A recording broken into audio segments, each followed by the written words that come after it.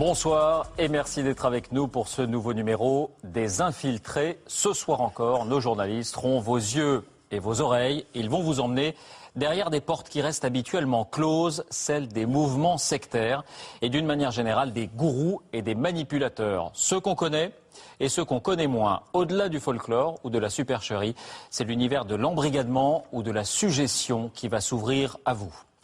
Alors il y a les organisations dont vous avez entendu parler. Raël, par exemple, dont les membres croient aux extraterrestres que le gourou aurait rencontrés.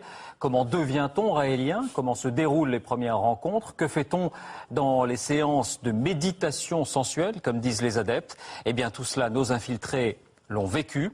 Mais il y a également des techniques de manipulation plus récentes, moins connues, pas forcément reliées à une organisation, mais plus stupéfiantes encore. Vous allez le comprendre également. Certains charlatans d'apparence tout à fait crédible peuvent vous fabriquer de faux souvenirs qui vont vous isoler, détruire vos familles. Voilà, les années passent, on en parle, mais toutes ces dérives perdurent. 1000 questions se posent, nos invités sont là pour y répondre tout à l'heure.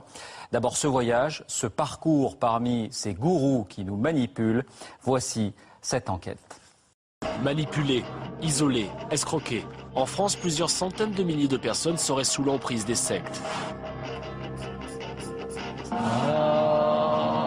Pour mener son enquête, l'une de nos journalistes s'est infiltrée au sein de plusieurs mouvements à caractère sectaire. Merci Elohim de m'avoir créé à votre image. Déstabilisation mentale, traitement douteux à prix exorbitant, ces nombreuses dérives toucheraient de plein fouet le monde de la santé, leur cible principale, les enfants. Elle est entourée de doré, votre fille. Elle a une couleur dorée tout le temps. Oui, elle va dans les visibles, votre fille. Plus troublant encore, ces thérapeutes qui inventent de faux traumatismes soi-disant vécus dans l'enfance, c'est le nouveau phénomène des faux souvenirs induits. Il y a un viol dans ce moule. Est-ce lui, mon grand-père? Ça me terrifie de le savoir, je ne veux pas. Des psychothérapies sauvages aux conséquences souvent désastreuses. Cette thérapeute a brisé notre vie de famille et notre vie est vide de sens.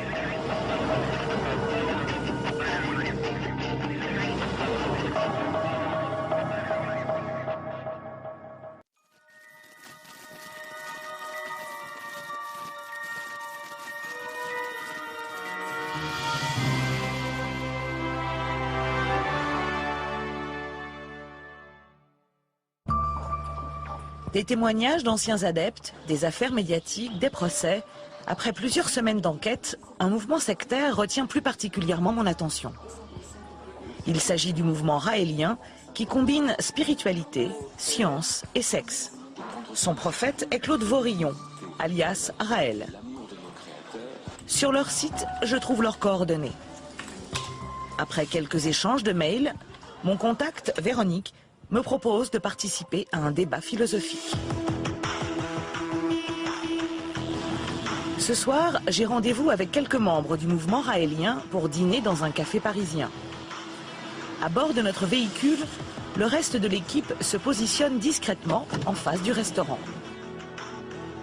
Équipé d'une caméra dissimulée, un autre journaliste est déjà à l'intérieur du café. Avec lui, nous allons nous infiltrer. Au premier étage, dans une salle à l'écart du bruit, je retrouve celle qui m'a invitée, Véronique. En face de nous, le maître de cérémonie se présente. À son cou, un étrange collier, l'insigne du mouvement. Je suis guide raélien, professionnellement je travaille dans la finance. Je suis là avec plaisir pour discuter avec vous ce soir sur cette société qui est en train de bouger, de changer, de muter. Je suis un participant actif à la mutation. Voilà. Donc, bonsoir à tous et à toutes. Je m'appelle Stéphanie Bertrand. Comme tout le monde, nous nous présentons. Avec vous ce soir. Bonsoir, c'est Laurent. Je suis pas raélien du tout. Et j'ai pas le même collier que vous encore. Et vous avez tous le même collier. Même encore. Je suis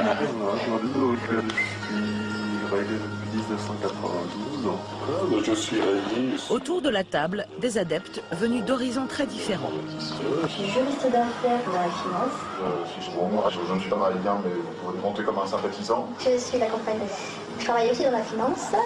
Je suis raélienne depuis 1991. Des anciens, des nouveaux. En face de nous, les membres les plus actifs du mouvement, comme cet adepte chargé du lobbying. Nous avons des actions de relations extérieures, on va dire, pour influencer les hommes politiques, les économistes, pour prendre la meilleure image du mouvement raélien. Pour eux, la société va mal. Mais les Raéliens disent avoir des solutions. On est dans un monde qui est difficile, qui est douloureux, pour même dire où les gens souffrent énormément, de plus en plus. Il y a une souffrance qui est là, qui est terrible. Nous avons dans le contenu des messages des solutions qui sont apportées par les créateurs de l'humanité, puisque dans le cadre du mouvement raélien, notre philosophie annonce que nous avons été créés, donc tant pis pour les gens qui sont évolutionnistes, par des hommes, tant pis pour les gens qui sont déistes, mais nous avons bel et bien été créés par des êtres qui sont du ciel.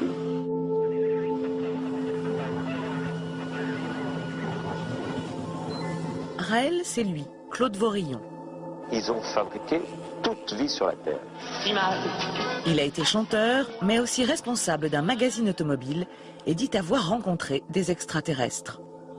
Le 13 décembre 1973, il aurait reçu un message des Elohim, lui demandant de construire une ambassade pour les recevoir et diffuser leur message. Savoir création de la vie en laboratoire, clonage et voyage dans l'espace.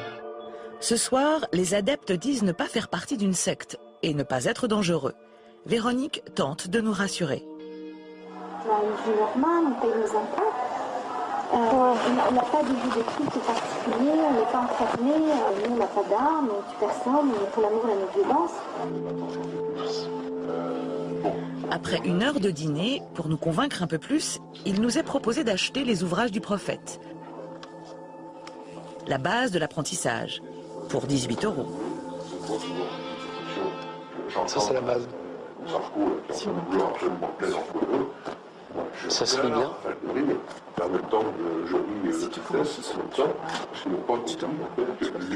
Sérieux? Ah ouais.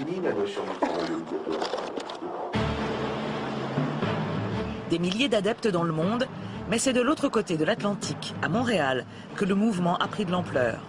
Nous avons pu rencontrer des anciens adeptes. Eux aussi ont commencé par lire les livres de Raël. Dans ses livres, Claude Vorillon amenait une façon de vivre la liberté qui correspondait pour moi à un absolu. Depuis l'âge de 5 ans, j'avais le fantasme de voir une soucoupe volante atterrir devant chez moi. Alors pour moi, quand j'ai découvert les livres de Raël à l'âge de 14 ans, ça a tout rejoint ensemble. Mon aspect extraterrestre, scientifique et religieux. Comme les autres membres du groupe, Éric Lamarche et Claire Lavoie ont pensé avoir été choisis par les Elohim, les élus. On finit par se prendre pour des personnes vraiment exceptionnelles. Là. On est les choisis, nous, quand les extraterrestres vont venir sur la Terre, ils vont nous amener, nous, là, on sera sauvés de l'apocalypse. Hey, c'est pas rien. Hey? Alors, on est tout puissant. Retour à Paris. Première réunion et on me parle déjà d'argent. La discussion tourne autour du financement du mouvement. Vente de livres, de cassettes ou cotisations, il faut mettre la main au portefeuille. Quoi qu'il arrive, on doit donner 10% de ses revenus, 10%. Depuis plus de 30 ans, les Raéliens cotisent notamment pour une ambassade qui permettrait d'accueillir les extraterrestres. Coût du projet, 30 millions d'euros. Aujourd'hui, seule la maquette existe. L'édifice n'a toujours pas vu le jour. Raël fait la fausse publicité de vouloir construire une ambassade et par ce moyen soutire de l'argent à ses victimes.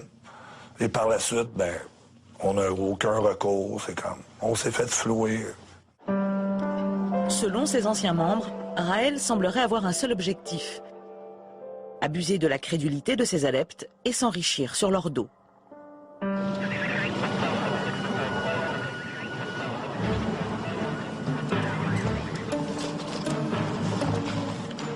Quelques jours après mon premier rendez-vous, je m'équipe de nouveau d'une caméra dissimulée car Véronique a souhaité me revoir. Ce soir, je suis invitée à dîner chez elle en compagnie d'autres adeptes.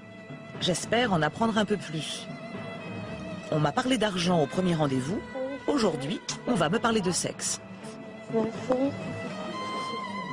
bien sûr. On a commencé Bonsoir. Après les livres, l'étape suivante dans l'apprentissage, la méditation sensuelle.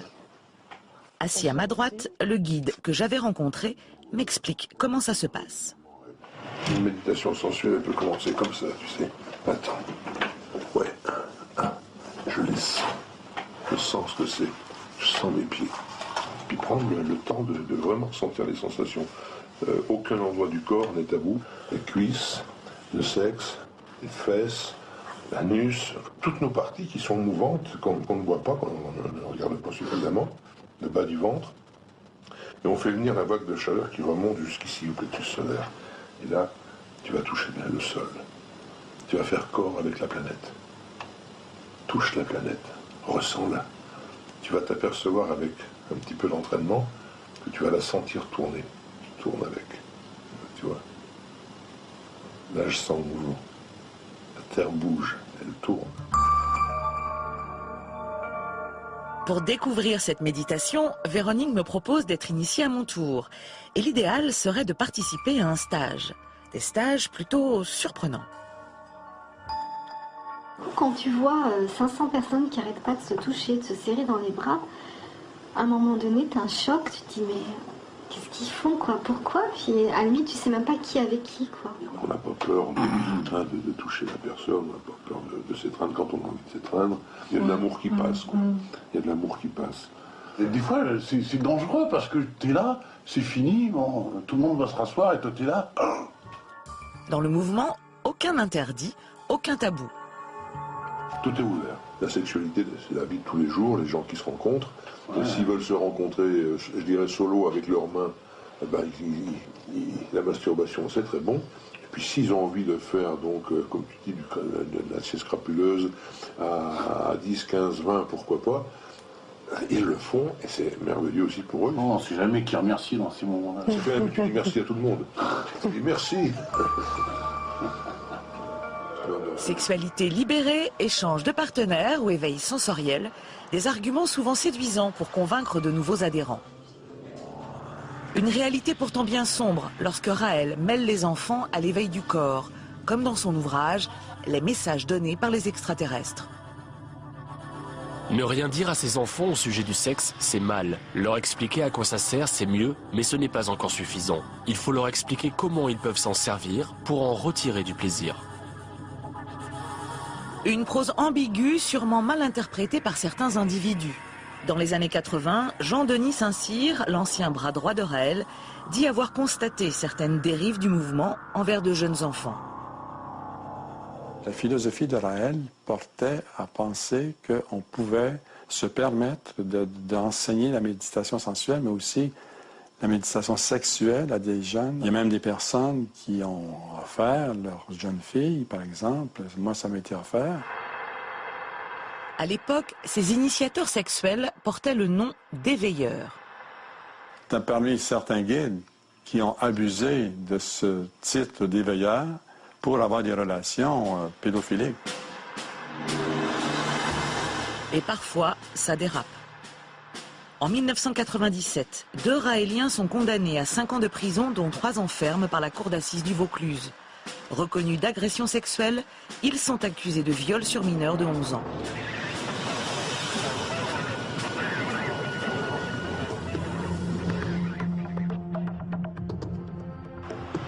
Quelques semaines plus tard, mon infiltration continue. Véronique m'a invité à participer à un stage de méditation sensuelle. C'est en compagnie d'un autre journaliste, Laurent, que je vais m'y rendre. Ce sera pour nous l'occasion de nous inscrire au grand stage d'été en Slovénie et de peut-être pouvoir rencontrer Raël. Dans une salle de séminaire aux allures de chapelle, une vingtaine d'adeptes sont présents. Laurent, bonjour. Bonjour et bienvenue à tous.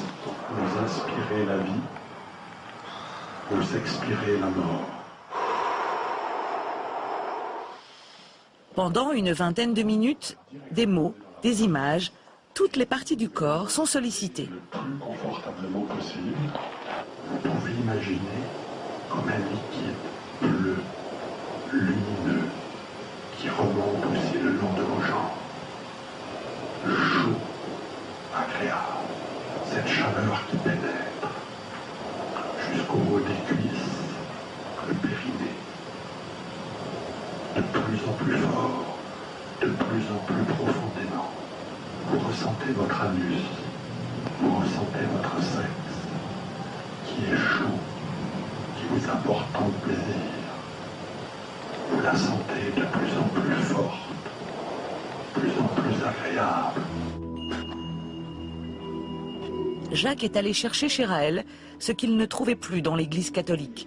Il se souvient d'avoir été convaincu immédiatement. J'étais à l'église, je voyais le prêtre qui levait. Alors oui, toi ça va pas te marquer, parce que moi j'étais marqué très fort de ça. Qui lève l'hostie, puis qui dit ceci est mon corps, ceci est le corps de Dieu aimé. Il y a d'autres personnes qui sont là, qui ont l'air intelligentes, qui croient ça, mais mon intelligence ne peut pas croire ça. Pour moi, ça rendait, j'allais dire, scientifique, cohérent, intelligent, ce que j'avais cru dans l'Église catholique, dans la Bible, mais qui ne satisfaisait plus du tout mon intelligence. Sur les tapis, nouvelle rencontre. Paul est adepte depuis plusieurs années. Fan de méditation, il nous en vante les mérites. C'est complètement dérivé des techniques de méditation tibétaine. Et c'est très sérénisant. Paul dit être un médecin, ophtalmologiste. Il exercerait aux États-Unis, faute de le pouvoir en France, car selon lui, il aurait été radié par le Conseil de l'Ordre. Pourquoi il t'empêche de travailler? Parce que je suis raélien. Ah, il est ça, oui. Est-ce vraiment parce qu'il est raélien ou plutôt parce qu'il a fait du prosélytisme dans le cadre professionnel? Paul affirme se servir de la méditation pour des opérations délicates. Remplacer l'anesthésie générale par la méditation. Ah, ça doit faire mal, non? Non. On a fait des greffes de décollement, des décollements ambulatoires, comme ça. Les patients repartaient 2 heures après chez eux, sans anesthésie générale, sans hospitalisation. C'est toujours pas refait en France. Mais ça doit faire très mal, non? Pas du tout. Après, vous vous concentrez sur le fait de vous concentrer sur lui. Méditation, lecture, transe, durant toute la journée, les exercices se succèdent. Comme cet exercice visuel sur le symbole du mouvement. Et regardez donc le symbole qui produit des ondes de forme qui harmonisent le corps et l'esprit. Maintenant, vous fermez les yeux et vous pouvez voir qu'il est gravé dans votre cerveau.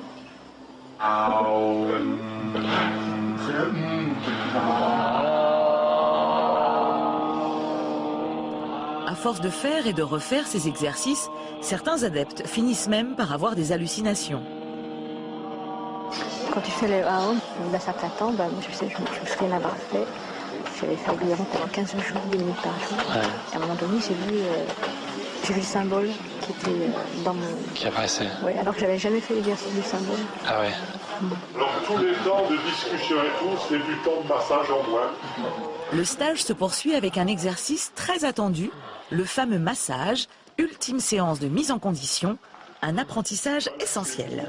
Fermez les yeux et vous vous préparez à être bientôt touché.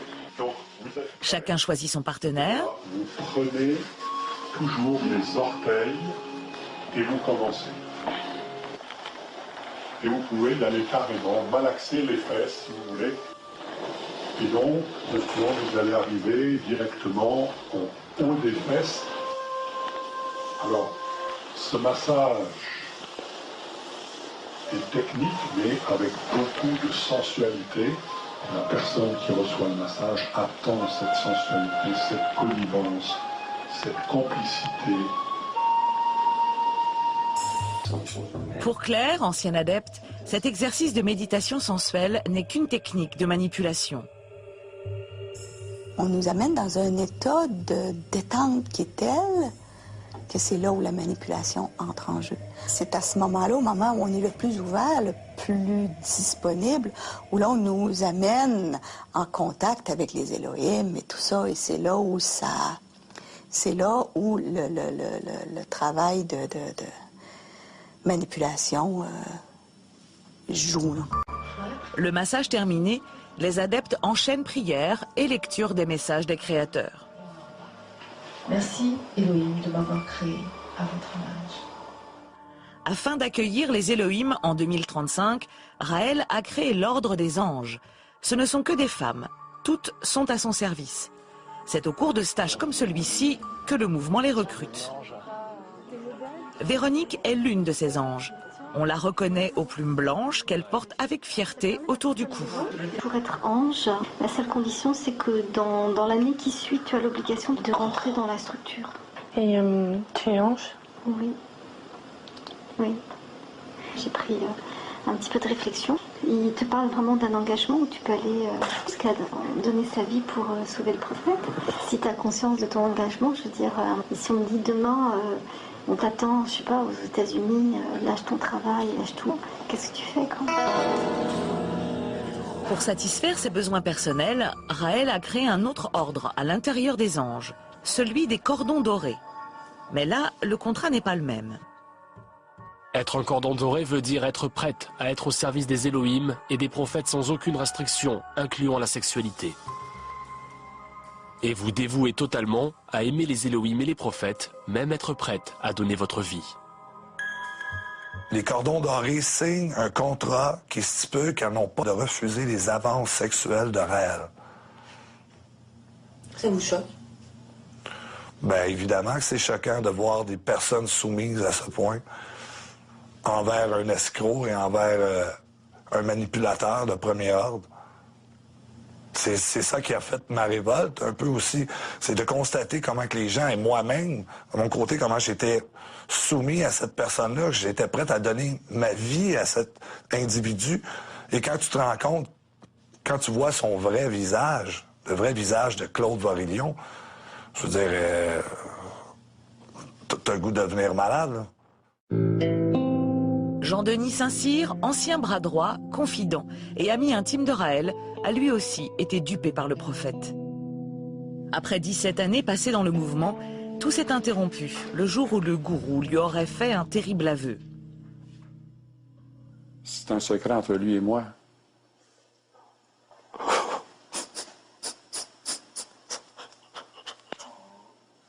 « 18 ans plus tard, la douleur est toujours présente. Difficile pour Jean-Denis de parler de ce grand secret.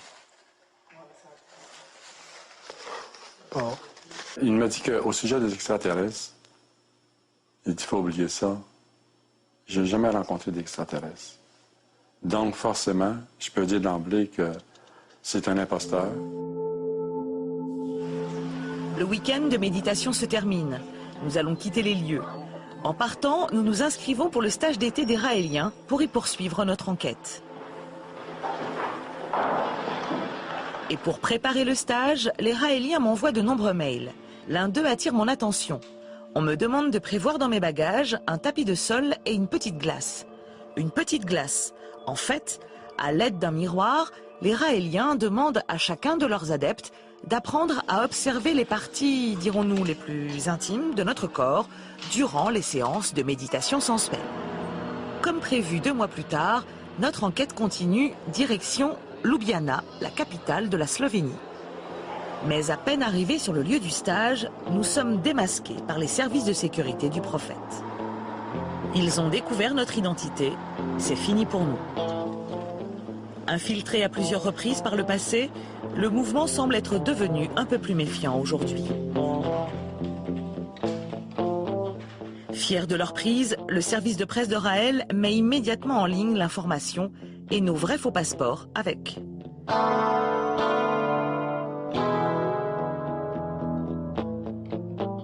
Aujourd'hui, d'après le rapport de la mission interministérielle de vigilance et de lutte contre les dérives sectaires, la Miviludes, les mouvements qui montent seraient de moins en moins attachés à la figure d'un maître et de plus en plus à une thérapie délirante. Paris, Salon Zen 2008. Vitrine de toutes les thérapies alternatives et royaume des médecines parallèles, un marché en plein essor. J'ai mis au point cette fontaine pour capter des fréquences cosmiques qui passent par la ionosphère et qui vont être mises sur le réseau solaire. Soins énergétiques, kinésiologie, naturopathie ou massage, aujourd'hui le bien-être est à la mode. Le Salon Zen, un réseau qui brasse une multitude de techniques et où l'on rencontrerait parfois des charlatans. Pour en savoir un peu plus, nous y sommes rentrés en caméra cachée. J'ai la certitude intérieure que toutes les maladies sont guérissables. Donc par exemple, le sida, on peut le soigner? Bien sûr. Quand des personnes, des cancéreux viennent me voir, déjà, la première question, je leur dis, mais est-ce que vous voulez vivre ou est-ce que vous voulez mourir?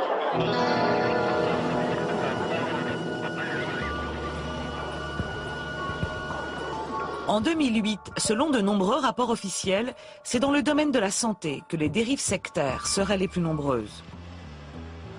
Certains mouvements surfent sur un nouveau marché, celui des enfants. C'est le cas du mouvement Crillon. Son fondateur est américain. Il s'appelle Lee Carroll. Il est à l'origine de la théorie des enfants indigos. Leur cible privilégiée, les enfants qui souffrent d'hyperactivité, de dyslexie ou en échec scolaire. Selon le mouvement Crillon, à y regarder de plus près, ces enfants seraient auréolés d'un halo bleu. Ces êtres suprêmes, disent-ils, sont venus sur Terre pour changer le monde. Alors, le mouvement propose sa thérapie pour traiter ces enfants, mais aussi les parents. Des thérapies souvent délirantes, aux conséquences parfois dramatiques. Nous avons rencontré l'une de ces nombreuses victimes. Selon Jacques, son épouse, adepte du mouvement, aurait tenté d'embrigader leur fils, atteint de dyslexie, en le présentant à des membres de Crillon. Mon fils m'a dit un jour que maman, elle a des problèmes parce qu'il dit que je suis un extraterrestre. Convaincue par les thérapeutes du mouvement de disposer de pouvoirs extraordinaires, l'épouse de Jacques affirmait qu'elle pouvait soigner leur enfant dyslexique. J'avais appris que mon enfant était indigo par la bouche de ma femme. Elle parlait à mon fils, elle lui disait que « T'inquiète pas mon fils, je vais te soigner, je vais te sortir de tes problèmes d'école parce que tu es un enfant suprême, un être suprême qui est envoyé par Crillon et tu auras beaucoup de pouvoir, tu auras comme moi beaucoup de pouvoir et tu sortiras de tous tes problèmes. » Pour soigner le petit qui est dyslexique, par la suite, elle le soignait par l'énergie. Elle caressait l'enfant de la tête aux pieds, toujours en imposant sa main à 20 cm du corps pour faire dégager la mauvaise énergie et puis lui redonner la bonne. Plus grave encore, la femme de Jacques pensait aussi pouvoir soigner les maladies graves. Elle n'avait pas peur de dire aux yeux de tout le monde comme quoi elle peut soigner le cancer et puis le sida. Surtout le cancer. La maman est même allée jusqu'à vouloir déscolariser leur enfant. Quelque temps plus tard, le couple se déchire et se sépare. Aujourd'hui, Jacques n'a plus de maison et sa femme l'a quitté. Du jour au lendemain, sans savoir pourquoi. Si, je sais pourquoi, parce qu'elle a choisi davantage aller voir ces gens-là que de vivre avec sa famille, de casser sa famille pour ces gens-là. J'en veux à tous ces praticiens là qui vous vendent du vent, qui vous donnent de l'espoir, que vous serez guéris avec leur saloperie. Le mouvement de l'Archange Crillon est aujourd'hui un vaste réseau commercial. À l'époque, Jacques et sa femme auraient donné plus de 5 000 € au mouvement. L'Archange Crillon semblerait être l'archange du marketing. Ils sont très dangereux parce qu'ils brisent les familles, ils prennent de l'argent aux pauvres gens qui n'ont pas d'argent, ils sont sans scrupules. Ce sont des gens très dangereux. Pour en savoir un peu plus, je suis allée à la rencontre de la thérapeute qui a suivi la femme et l'enfant de Jacques. Bonjour madame, merci, au revoir. Pour prendre rendez-vous avec elle, je prétexte l'histoire d'une enfant qui serait hyperactive. J'invente l'existence de Noémie, 7 ans. Pour cela, j'emprunte la photo de la fille d'une collègue. Cet enfant n'a aucun problème d'hyperactivité. Mais ça, la thérapeute ne le sait pas. Et pourtant... Elle est entourée de doré, la fille. Elle a une couleur dorée tout autour. Moi, je vois rien. Vous voyez rien? Non. Ben, c'est doré. Elle a quelque chose de posé sur la tête, c'est tout doré. Qu'est-ce que vous ressentez? Je vois un ange. Qu'est-ce que vous Elle voit dans l'invisible. Elle voit dans l'invisible? Ah oui, elle voit dans l'invisible, votre fille. Pas d'aura bleue cette fois-ci, mais dorée. J'apprends qu'il n'y a pas que des enfants indigos. Cette petite fille serait une enfant cristal, la nouvelle génération des enfants indigos. Et qu'est-ce qui différencie les enfants indigo des enfants cristal? Ils viennent pas des mêmes endroits, des mêmes sphères, donc ils ont un rôle différent. L'enfant indigo vient casser. L'enfant cristal, il vient harmoniser. J'aimerais savoir ce que c'est en fait. Un enfant cristal, vivez-le avec votre fille. C'est elle qui va vous faire découvrir ce que c'est.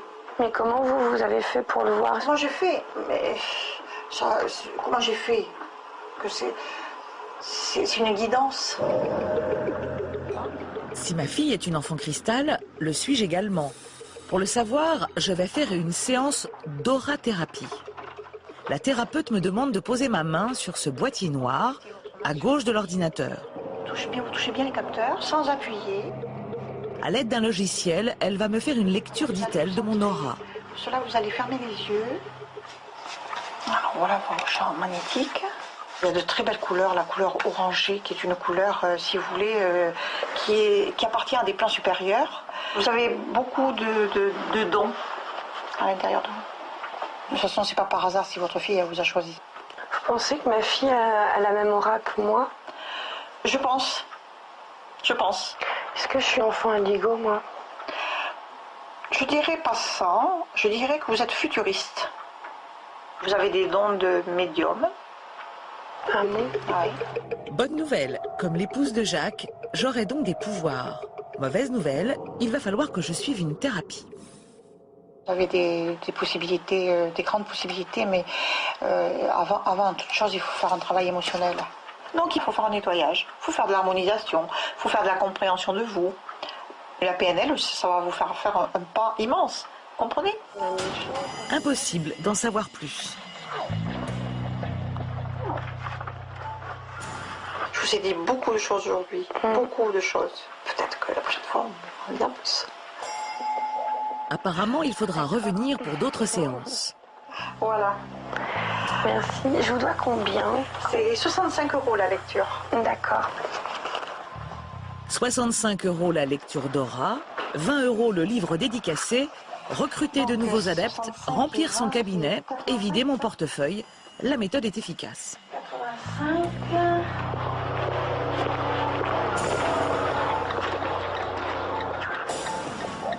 À Paris, l'une de ces thérapeutes a même pignon sur rue et tient régulièrement des conférences publiques. Pour en savoir un peu plus, j'ai pris rendez-vous avec elle. Bonsoir. Bienvenue. Je vous remercie. Toujours munie des photos de Noémie, là aussi je vais prétendre qu'elle est hyperactive. Je vous ai emmené des photos. D'accord. Voilà.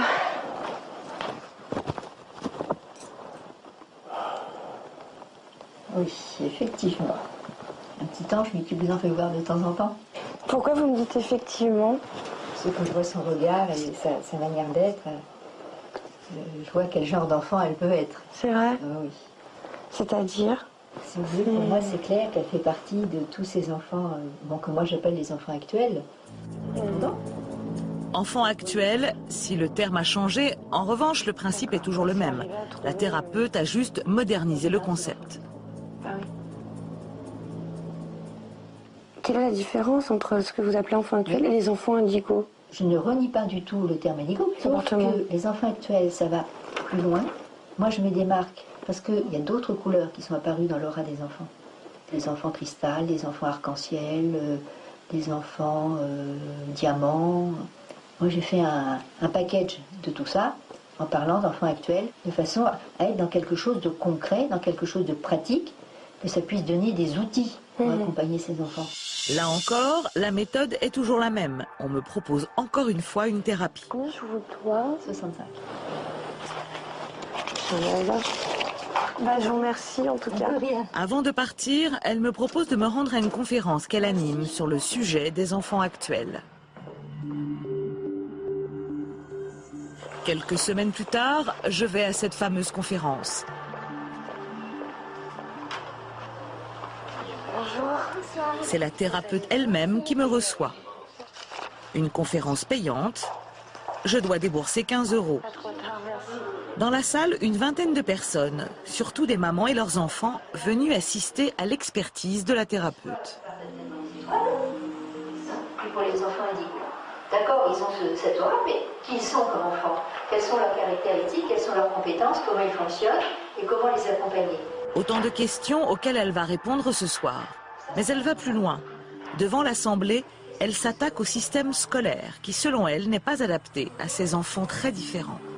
Parce que la collectivité, ils n'aiment pas du tout. En plus, il y a un adulte qui va imposer des règles, mais qui en général ne les explique pas. Alors après, on arrive à l'école, et là c'est là où les gros soucis vont commencer. Les instituts de maternelle, elles n'avaient déjà pas les outils, et en plus avec ces enfants-là, elles ont encore moins les outils, et elles n'ont pas le mode d'emploi. Donc elles sont complètement dépassées par des enfants qu'elles ne comprennent plus. Et on en arrive à l'heure actuelle à des limites maltraitances de la part de certains enseignants. Dans la salle, les parents y vont de leur expérience. J'avais envie de répondre aussi que l'école n'est pas non plus une nécessité. Elle n'est pas obligatoire. Alors l'école n'est pas obligatoire. Moi je connais un institut, ces 5 enfants ne sont jamais allés à l'école. Alors que lui, il gagne sa vie, on est dans l'institut. Fin de la conférence. Je retrouve la thérapeute qui vend stages et livres. À l'écart, je lui pose une question, toujours au sujet de ma fille Noémie. J'aimerais connaître son opinion sur un point abordé lors de la conférence, la médicalisation des enfants hyperactifs. La thérapeute rejette les traitements classiques, mais ne m'en dira pas plus. Elle sait que son activité est surveillée et préfère rester discrète. Il faut complètement travailler dans l'ombre, discrètement, et puis faire ce qu'on a à faire tranquillement, et puis basta.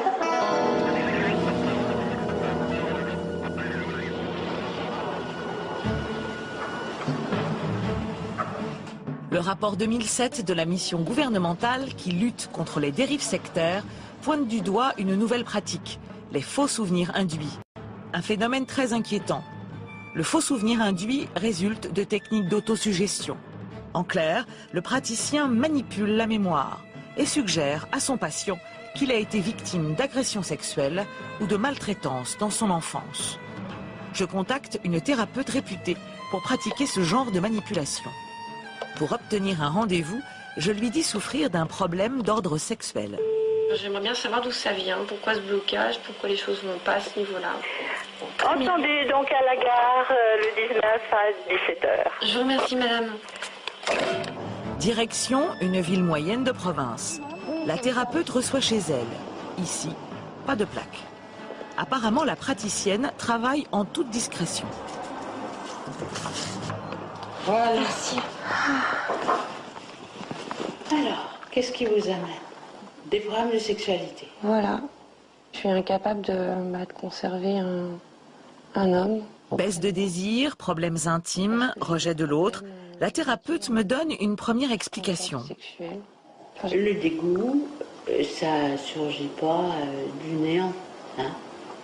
Le dégoût, c'est lié à des souvenirs dégoûtants. En général, ils ont été refoulés, bien refoulés. C'est-à-dire, Ça veut dire que vous avez été en contact avec la sexualité d'un adulte ou d'un adolescent plus âgé que vous pendant votre enfance ou votre adolescence, qui vous a fait des choses que vous avez trouvées dégoûtantes, tellement dégoûtantes que vous avez tout oublié apparemment. Je m'en souviendrai. À peine 2 minutes d'entretien et déjà cette thérapeute me parle d'une agression dont j'aurais été victime durant mon enfance. Et comme je n'en ai aucun souvenir, elle en profite et va plus loin. Vous pensez à quoi? Moi je pense que...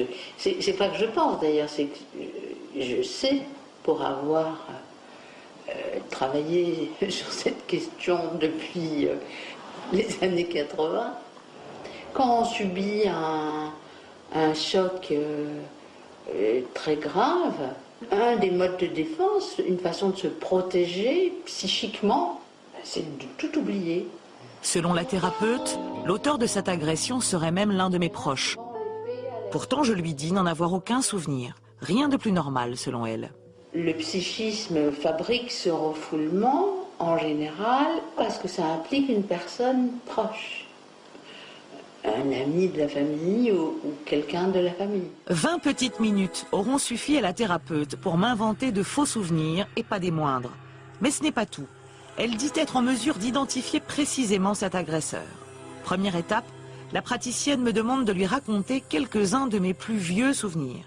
Je vais lui relater un vrai cauchemar que je faisais dans mon enfance. Le seul souvenir que j'ai, en fait c'est pas un souvenir, c'est un cauchemar. Enfin, c'est une roue qui tourne, comme un moulin à eau, une grande roue.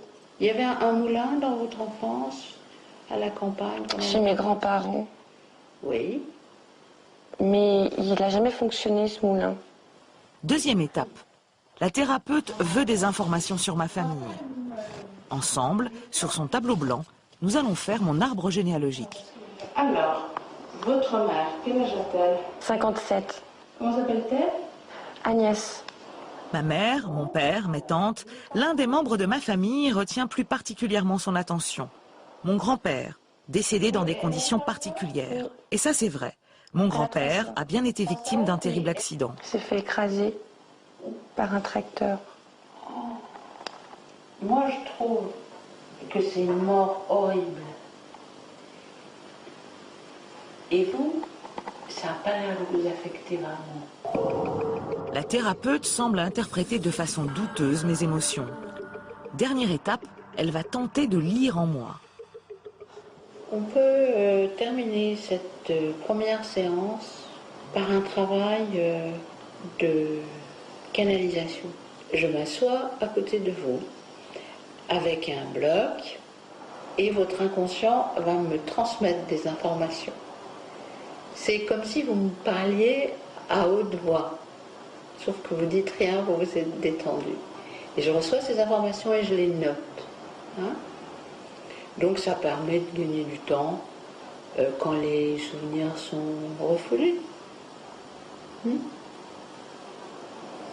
soyez prête éventuellement à apprendre des choses qui ne sont pas forcément plaisantes. Ben, je pense que vous êtes venu de Paris pour ça éventuellement. La thérapeute vient donc s'asseoir à mes côtés. Hein? Vous asseyez bien. Et vous, au fond, là, vous allez laisser votre inconscient s'exprimer librement sur le sujet. D'accord. Baillez, détendez-vous. Et puis, quand vous vous sentirez plus détendu, vous pouvez mettre votre main gauche sur mon épaule. C'est parti. La main de la thérapeute écrit ce que je suis censée penser. En moins de 5 minutes, elle a déjà décodé ce que soi-disant mon cerveau lui a envoyé comme information. Ça commence très clairement. Il y a un viol dans ce moulin. Je ne sais par qui, je ne sais comment. Je dors. Je me suis endormie l'après-midi. Est-ce lui, mon grand-père? Ça me terrifie de le savoir, je ne veux pas. Expirez. Après 45 minutes de consultation, le coup de grâce. La thérapeute veut me faire croire que le violeur serait mon grand-père. Là encore, je lui dis n'en avoir aucun souvenir. Mais visiblement, ça ne la dérange pas. Elle persiste. Je m'en souviens pas. Ça aurait été avec quel âge?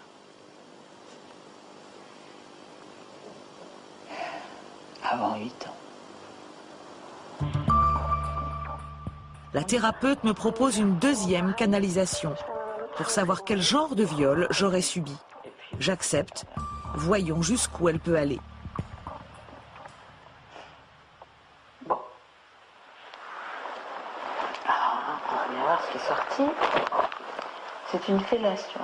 J'avais 6 à 11 ans. Ça s'est produit plusieurs fois, sous l'escalier, entre autres. Il arrive que les histoires d'inceste précoce prennent la forme d'une initiation sexuelle. C'est-à-dire, ça veut dire quoi? Mais ça veut dire que c'est pas vécu comme un viol, c'est vécu comme quelque chose qui peut être même sensuellement agréable ou procurer du plaisir. Stupéfiant. J'aurais donc pris du plaisir à faire une fellation à mon grand-père, et ce serait là la raison pour laquelle j'aurais tout oublié. Un traumatisme violent et tellement culpabilisant que ma mémoire aurait volontairement effacé. C'est QFD.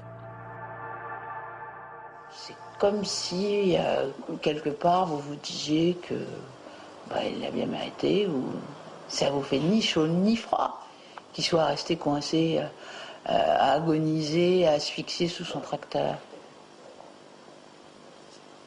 Si c'est lui l'abuseur, c'est la justice divine. Il paye pour ce qu'il a fait. Vous avez refoulé l'ensemble de l'enfance. Hein. Et à partir du moment où vous acceptez cette hypothèse, vous acceptez de vous remémorer les événements de votre enfance, quelles qu'en soient les conséquences. C'est-à-dire sur vos relations familiales. Parce qu'elle est là la question. Qu'est-ce que ça ferait à votre mère si un jour vous débarquiez chez elle en lui disant en fait, tu sais, il s'est passé des choses graves avec ton père? Forcément, ça va jeter un pavé dans la mare, comme on dit. C'est un gros pavé. Peut-être qu'il faudrait commencer par jeter des petits graviers. En d'autres termes, cela signifie que je dois aborder le sujet avec ma famille et risquer d'aller au clash. Mais selon la thérapeute, je ne suis pas encore prête. J'aurai besoin encore de quelques consultations. On est en période de défrichage, donc il faut y aller. Sans état d'âme et peu scrupuleuse, apparemment cette thérapeute ne s'inquiète pas des conséquences que ce genre de révélation peut provoquer sur un patient. Un patient qui, isolé, peut vite devenir sa proie et son objet.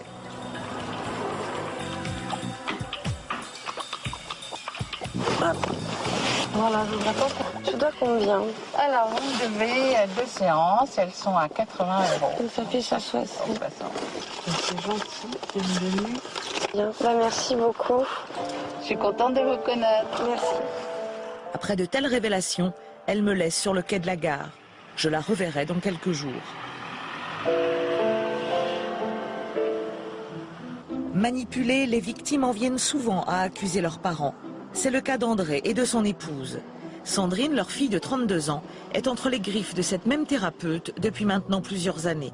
En 2006, les parents ont été conviés à l'une de ces séances. Rapidement, ils se sont vus accusés d'avoir des intentions malveillantes. Tout de suite, et très rapidement, la thérapeute s'adressant à notre fille lui demande de nous adresser tous ses griefs.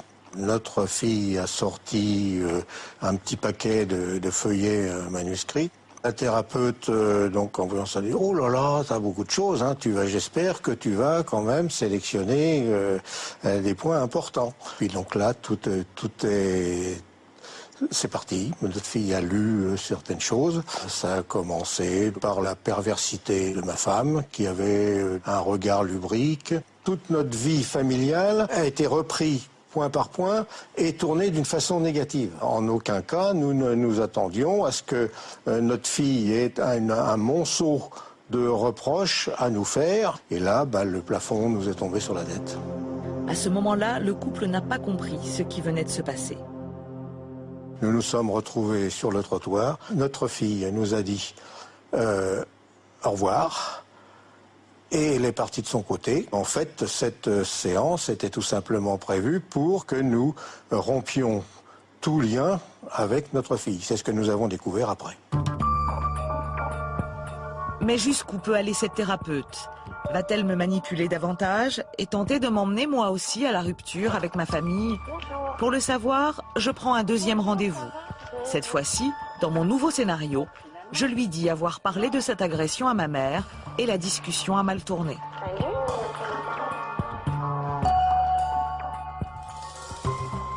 Elle m'a dit, mais c'est pas possible, c'est n'importe quoi. Ça te revient comme ça du jour au lendemain. Et j'ai pas su répondre. C'est pas une grande surprise. Et le discours de votre mère, il est standard. Je peux écrire le dialogue à l'avance. Non, mais je pense qu'elle était désolée de l'apprendre. C'est pas ça qu'elle dit, elle s'en fout. Apparemment, ma mère est devenue la bête noire de cette thérapeute. Et la canalisation va me le confirmer. Une main sur l'épaule, et 5 minutes plus tard, la thérapeute a encore une réponse. Je n'en peux plus de m'enfuir. La vérité, je la connais depuis toujours. Cette mère-là, je l'ai fabriquée car elle m'a toujours fait défaut. Je veux la lui cracher, cette vérité, et ce que je sais de son père, un misérable, un violeur. La thérapeute vient de me mettre sur le chemin de la rupture, et cette fois-ci, elle est consommée. Donc moi, ça me conforte dans l'idée qu'elle sait que son père est un abuseur, soit qu'elle ait été elle-même abusée, soit que, je sais pas, elle a des sœurs qui l'aient été, et que ça, c'est complètement verrouillé. Vous en pensez quoi? Ce que je vais vous dire est dur.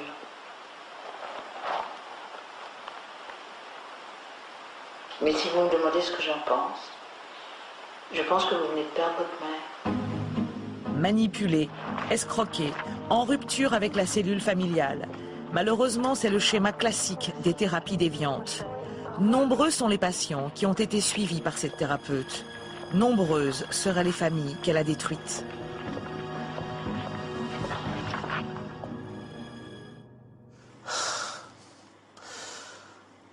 Cette thérapeute a complètement brisé notre vie de famille, puisque à l'heure actuelle, nous ne voyons plus ni notre fille, ni nos petits-enfants. Notre vie est vide de sens. Nous sommes persuadés que notre fille a été complètement manipulée. Pas facile d'éviter les pièges de certains thérapeutes malveillants, malgré des techniques qui sont toujours les mêmes. Manipulation mentale, escroquerie financière, isolement ou rupture avec l'environnement familial. Aujourd'hui, ces mouvements sectaires en plein essor sont de moins en moins attachés à la figure d'un prophète, mais davantage à une thérapie délirante. Ces nouveaux gourous recrutent donc massivement par le biais de traitements alternatifs et parfois dangereux.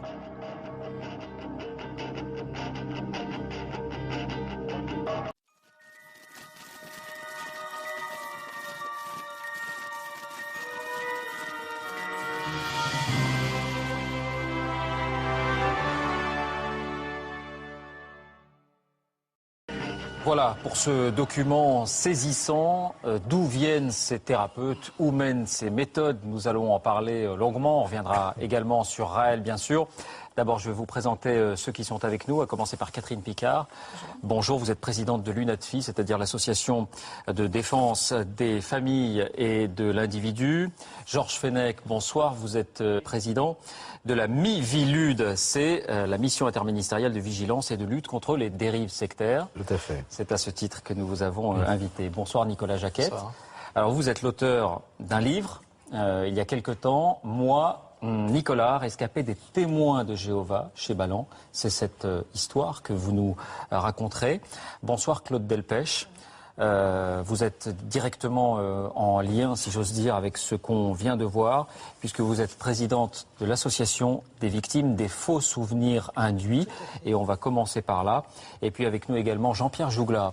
Bonsoir, vous êtes spécialiste de l'aide aux victimes de ces dérives. Vous êtes avoué ancien avocat auprès de la Cour d'appel de Montpellier. Un mot rapidement, simplement, à chacun d'entre vous, simplement sur le ressenti du film. Comment l'avez-vous vécu, Catherine Picard? Tout à fait actuel et mettant bien en évidence les phénomènes d'emprise et de mise en état de suggestion. Georges Fenech. J'ai vu à travers ces reportages à quel point la MIVILUD doit renforcer son action à destination des victimes. Nicolas Jacquette. Moi, j'ai vu des parallèles troublants avec ma propre histoire et finalement des mécanismes qui se ressemblent dans tous ces mouvements finalement. Claude Delpech. Eh bien moi je suis contente que vous nous ayez invités parce que c'est tout à fait, avec le film, tout à fait ce que les familles ressentent. Les accusations de leurs enfants, l'éloignement de leurs enfants et en fait la destruction des familles totale. Monsieur et ça pendant des années. Vous avez montré à travers ces reportages, de l'intérieur, ce qui peut se passer au niveau de la manipulation mentale, qui de façon insidieuse met en confiance des gens qui abandonnent tout esprit critique et qui sont prêts à croire n'importe quoi. Alors on va tout de suite commencer par ces faux souvenirs induits. Je pense que beaucoup d'entre vous découvrent cette pratique. Madame Delpech, Monsieur Jougla, est-ce qu'on peut savoir, d'après vous, est-ce qu'on a une idée de combien sont d'abord ces thérapeutes qui pratiquent cette méthode, entre guillemets? Difficilement. On peut difficilement les quantifier. Il y a une dizaine, une centaine, un millier? Non, là, on a plus de 300 familles chez nous, on a plus de 300 thérapeutes différents. 300 thérapeutes différents. Donc on est déjà dans un nombre important. Voilà. Mais savoir combien sont déviants en plus en France, je suis persuadée qu'ils sont plus de 1000 ou 2000. Hein. Et puis c'est très difficile de connaître le nombre parce que ce sont des thérapeutes autoproclamés. Donc ils s'instaurent, ils s'instituent. Thérapeute entre guillemets d'ailleurs, hein, parce thérapeute illusoire. Il y a deux choses en fait. Il y a, d'après le Conseil national de l'ordre des médecins, il y aura environ 3000 médecins en titre qui se livreraient à ce genre de psychothérapie, à ce genre de technique. 3000. Et puis il y a les non-médecins. Donc on est sur un registre de plusieurs milliers en fait. Alors pourquoi est-ce qu'ils font ça? C'est de la perversité, c'est l'appât du gain, ils sont liés entre eux. Oui. Comment est-ce que vous l'expliquez, Catherine Picard? Tout à la fois. Je verrai tout absolument.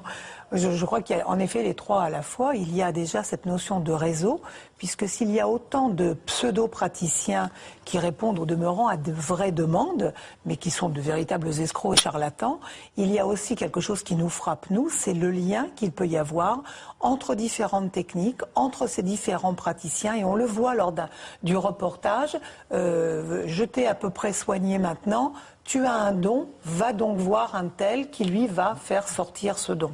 Donc ça pour nous c'est extrêmement compliqué parce qu'il y a une espèce de passage de témoins avec les adeptes. Alors ils se connaissent entre eux, mais plus ou moins, oui. Leur objectif, c'est l'argent. L'objectif me paraît clair, et les reportages le montrent un tout petit peu, c'est le besoin qu'ont certaines personnes avec une pathologie marquée très certainement, de mettre une emprise sur une autre qui donne sa confiance. Et là, il y a une jouissance qui est liée à la notion de pouvoir, essentiellement. D'accord, c'est de la perversion en quelque sorte. On pourrait le traduire comme ça. Il y a une partie de perversion. Ouais. Tout à fait, on trouve des thérapeutes déviants, de véritables charlatans, de véritables escrocs, mais on trouve aussi de véritables pervers sexuels, de véritables pervers. Est-ce qu'ils sont, pour vous, une dérive sectaire? Parce que ce n'est pas une organisation en tant que telle, Georges Fenech, il n'y a pas un gourou au sommet. Pourquoi, en fait, est-ce que vous les qualifiez de dérive sectaire? La dérive sectaire, pour nous, ce n'est pas lié forcément à une organisation sectaire comme on l'entend habituellement. Hein. La dérive sectaire, c'est quoi? C'est la rupture familiale, on l'a vu à travers vos reportages, la rupture familiale, les exigences financières exorbitantes, le trouble à l'ordre public, c'est ça la dérive sectaire. Et aujourd'hui, je crois qu'on a beaucoup plus de dérives sectaires en dehors des grandes organisations sectaires qu'on trouve maintenant à travers tout ce marché. C'est un véritable supermarché des méthodes de médecine alternative. Et la motivation, il est évident que c'est l'aspect lucratif. L'argent. Si des médecins se déconventionnent des conseils de l'ordre des médecins, c'est pouvoir gagner beaucoup plus d'argent en pratiquant ces méthodes. D'un mot, Madame Delpech, quand avez-vous vu apparaître cette pratique en France? Et elle vient des États-Unis, je crois. Tout à fait. Les États-Unis sont dedans depuis les années 80. Ils ont eu un pic ascensionnel jusqu'en 1995-98, là où les premiers procès ont eu lieu chez eux. Entre 95 et 98, il y a eu plus de 100 procès. Et à partir du moment où les procès qui ont été gagnés par les jeunes femmes qui se sont retournées contre leurs thérapeutes pour tromperie, abus, etc., eh bien, les procès ont tous été gagnés par les victimes.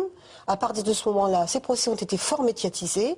Et depuis 98, les années 98, les Américains sont en période régressive. Mais nous, comme nous avons 10 ans de retard sur les Américains, eh bien, nous sommes en plein dans la période ascensionnelle. Alors, l'un des éléments les plus frappants, au-delà du procédé, c'est la technique qui est utilisée. Je m'assois à côté de toi et je vais deviner par je ne sais quel mécanisme qui semble totalement, évidemment, fantaisiste. Je vais deviner ce que me dit en quelque sorte ton esprit. On va revoir un extrait de ce document. C'est parti. La main de la thérapeute écrit ce que je suis censée penser.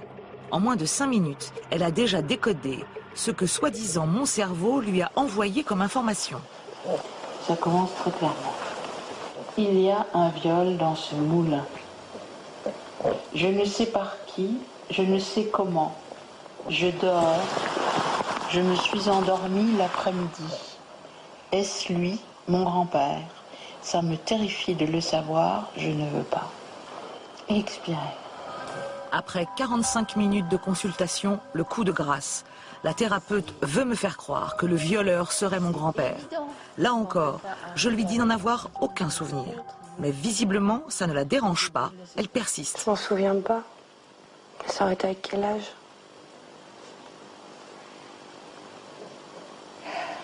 Avant 8 ans. Voilà, tout cela au bout de 40 minutes. Je voudrais qu'on se tourne maintenant vers une famille, vers un père qui a perdu sa fille en quelque sorte, exactement de cette manière-là. On va vous appeler Monsieur William. La situation difficile que vous vivez, évidemment, eh bien, vous fait souhaiter l'anonymat. Votre fille a été voir une thérapeute du même genre, du même groupe, avec les mêmes idées. Pouvez-vous nous expliquer comment cela s'est passé? Je veux d'abord vous remercier pour votre reportage. Il faut que vous sachiez que la personne que vous montrez dans le reportage est exactement la même personne que malheureusement ma fille a rencontrée et que j'ai rencontrée. Simplement pour qu'on comprenne bien, Monsieur William, votre fille au départ vous en voulait pour un motif ou un autre? Est-ce qu'elle était mal dans sa peau, dépressive? Comment cela s'est passé? Non, elle n'était pas spécialement mal dans sa peau ni dépressive. Elle nous avait envoyé un courrier nous indiquant qu'elle faisait une recherche sur elle-même et qu'il fallait qu'elle ait une coupure avec ses parents pendant un certain nombre de temps. Mais rien ne vous laissait présager cela? Rien ne laissait présager cette situation. Et un jour, c'est vous qui êtes revenu vers elle en lui faisant une proposition? J'ai envoyé un mail, donc elle ne répondait pas au mail, elle ne répondait pas au téléphone. Un jour, 1 an et demi après, on ne se voyait plus, je lui ai envoyé un mail, je lui ai dit on peut peut-être voir ensemble un thérapeute compétent pour faire de la thérapie familiale. Je m'étais renseigné auparavant ce qu'était une thérapie familiale. Je savais qu'une thérapie familiale avait pour vocation de rapprocher des enfants et des parents lors de plusieurs séances et je lui ai proposé ça spontanément. Et que vous a-t-elle répondu? Elle m'a répondu 4 mois après par mail, oui, c'est une excellente idée. Je te convie chez tel thérapeute, donc la thérapeute que vous avez montrée dans votre reportage. Voilà, sans dévoiler son identité. Sans dévoiler son identité. Nous n'avons pas du tout cherché à comprendre qui était cette thérapeute, parce que nous n'avions pas vu avec mon épouse notre fille depuis plus de 2 ans, et nous étions trop contents de la revoir. Alors comment s'est passée cette séance?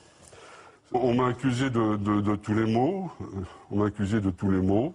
Je peux vous donner un exemple. La base est toujours la même, à savoir l'inceste, la violence. Votre fille vous accusait d'inceste dans sa lettre? Elle n'a pas accusé d'inceste, mais vous avez bien vu dans ce reportage que tout propos qu'indiquait la journaliste était modifié et on inculte dans la tête de cette personne un certain nombre de choses. Donc elle vous accusait d'avoir eu des regards ou des gestes déplacés? En l'occurrence, ma fille m'a dit « Je me souviens, quand j'étais jeune fille, tu m'as regardé nue dans ma salle de bain avec un œil incestueux. » J'essaie de lui répondre, je lui dis « Non, mais je regarde ma fille comme un père qui regarde sa fille avec amour. » Elle me dit « Taisez-vous !» La thérapeute me dit « Taisez-vous !» Ensuite, la conversation continue. Elle me dit, papa, vous avez fait joujou certainement avec mon zizi dans mon enfance. J'essaie de répondre de nouveau, interloqué. On m'a dit, taisez-vous. Et ensuite, papa, tu étais violent. Papa, dans tes yeux, on voyait que tu avais envie de tuer. Papa, je me rappelle quand j'étais en club avec toi, tu étais venu me chercher en slip à 16 ans parce que je n'étais pas rentré. L'affaire, c'était quoi? C'était que ma fille devait avoir 15 ans. Je lui ai demandé de rentrer à minuit. Il était 3 ou 4 heures du matin dans un club de vacances. Comme tout parent, je me suis inquiété. J'ai mis mon maillot de bain. Je suis recherché ma fille qui était en train de traîner avec un gentil organisateur. De nouveau, elle a interpréter ça comme son père qui était jaloux, qui ne voulait pas que sa fille puisse voir d'autres hommes. Et donc, au fur et à mesure, tous les propos ont été transformés. Comment avez-vous réagi à la fin de cette séance? J'ai toujours été quelqu'un qui essayait de lutter. 3 fois de suite, j'ai dit, mais ce n'est pas vrai, la vérité, c'est celle-ci. 3 fois de suite, on m'a complètement rabroué méchamment. La thérapeute m'a vraiment rabroué méchamment. Et on vous dit de telles horreurs que vous vous enfoncez de plus en plus en vous-même. Comment est-ce que votre épouse a réagi? De la même manière, complètement interloquée. On ne peut pas écouter de telles horreurs. Alors vous allez... vous remettez en question, vous ne savez plus où est la vérité. Et ce soir m'avait permis de voir vraiment l'autre volet de la chose et je comprends mieux maintenant comment ça s'est passé. Alors, vous allez nous dire ce qui s'est passé ensuite. Ce qu'on voit dans le film, en tout cas, c'est que la thérapeute elle-même encourage, annonce, acte la rupture familiale. Elle le fait de façon très directe. Vous venez de perdre votre mère, dit-elle, ce qui est une phrase terrible. On regarde cet extrait. Apparemment, ma mère est devenue la bête noire de cette thérapeute. Et la canalisation va me le confirmer. Une main sur l'épaule, et 5 minutes plus tard, la thérapeute a encore une réponse. Je n'en peux plus de m'enfuir. La vérité, je la connais depuis toujours. Cette mère-là, je l'ai fabriquée car elle m'a toujours fait défaut. Je veux la lui cracher, cette vérité, et ce que je sais de son père, un misérable, un violeur. La thérapeute vient de me mettre sur le chemin de la rupture, et cette fois-ci, elle est consommée. Donc moi, ça me conforte dans l'idée qu'elle sait que son père est un abuseur, soit qu'elle ait été elle-même abusée, soit que, je sais pas, elle a des sœurs qui l'aient été, et que ça, c'est complètement verrouillé. Vous en pensez quoi? Ce que je vais vous dire est dur.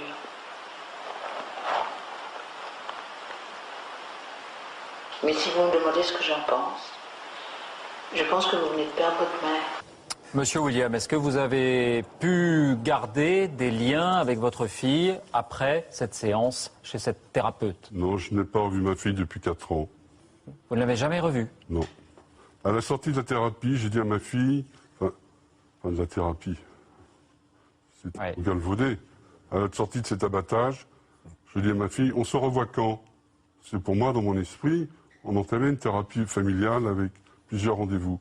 Je dis, mais papa, si tu veux, tu reprends rendez-vous avec la thérapeute, il n'y a pas de problème. Oui. Est-ce que vous avez essayé de lui écrire? Est-ce que vous avez essayé, par des connaissances communes, d'avoir accès à elle? Ensuite,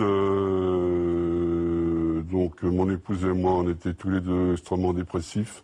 On se posait extrêmement de questions. Et puis après, on remontait un petit peu. On a essayé de lui envoyer des mails. La réponse était je ne veux plus vous voir, je me sens beaucoup mieux depuis que je ne vous vois plus, je ne conçois pas ma vie en vous revoyant. Peut-être qu'un jour, avant que vous mouriez, un jour on m'avait envoyé un mail, peut-être un jour avant votre décès, je pourrais vous revoir. Monsieur William, vous avez un fils également. Oui. Est-ce que cela a changé la nature de vos relations avec lui? Il est extrêmement perturbé par ça.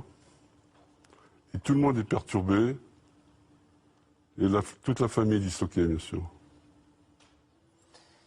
Merci, Monsieur William, pour ce témoignage. Madame Delpech, des témoignages comme ceci, vous en avez entendu? Tous les jours. Plus de 300 familles. Et j'ai eu, début novembre, la même semaine, 6 familles, dont 2 papas mis en garde à vue. La semaine dernière, j'ai eu un papy que je suis depuis 2 ans, 78 ans, mis en examen. Un papy de 78 ans mis en examen, il s'en remettra jamais. Il ne s'en remettra jamais. Des parents en garde à vue. 2 parents en garde à vue la même semaine. J'ai eu un monsieur en pleurs au téléphone qui me disait, vous vous rendez compte, je n'ai qu'une fille unique. Elle a fait des études au Canada, elle a un master, elle est performante dans tout, elle est mariée avec un ingénieur et tout.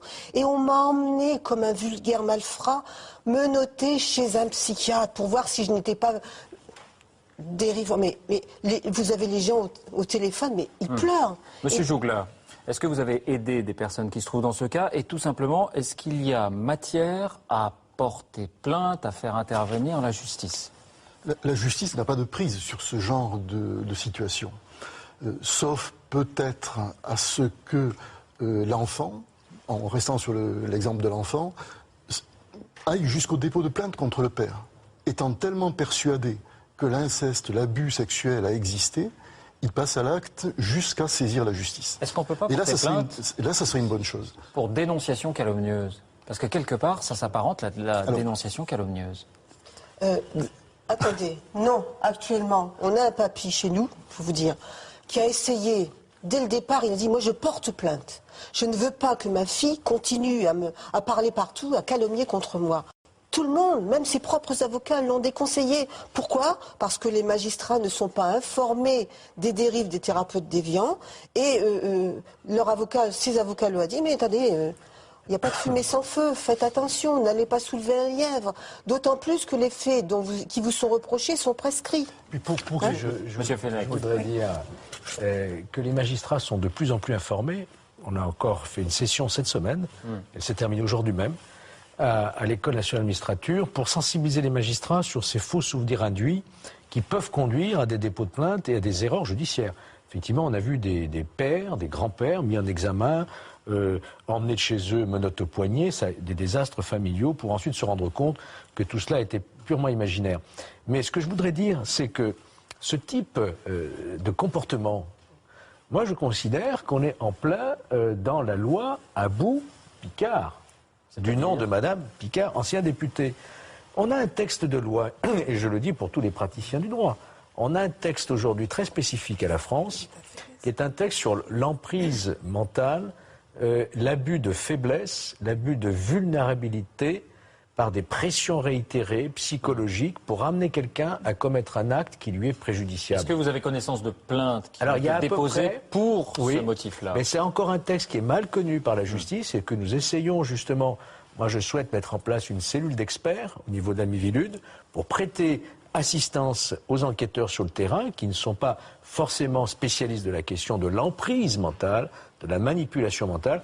Aujourd'hui, il doit y avoir à peu près une vingtaine de procédures suivies du chef de la loi Abou-Picard en France. Alors, Madame Picard, justement, est-ce qu'il n'y a pas tout de même une difficulté? C'est qu'il est parfois compliqué de dénoncer cela, sachant que dans les cas où c'est vrai, dans les cas où il y a eu des abus, eh bien souvent, c'est vrai que les enfants devenus grands refoulent.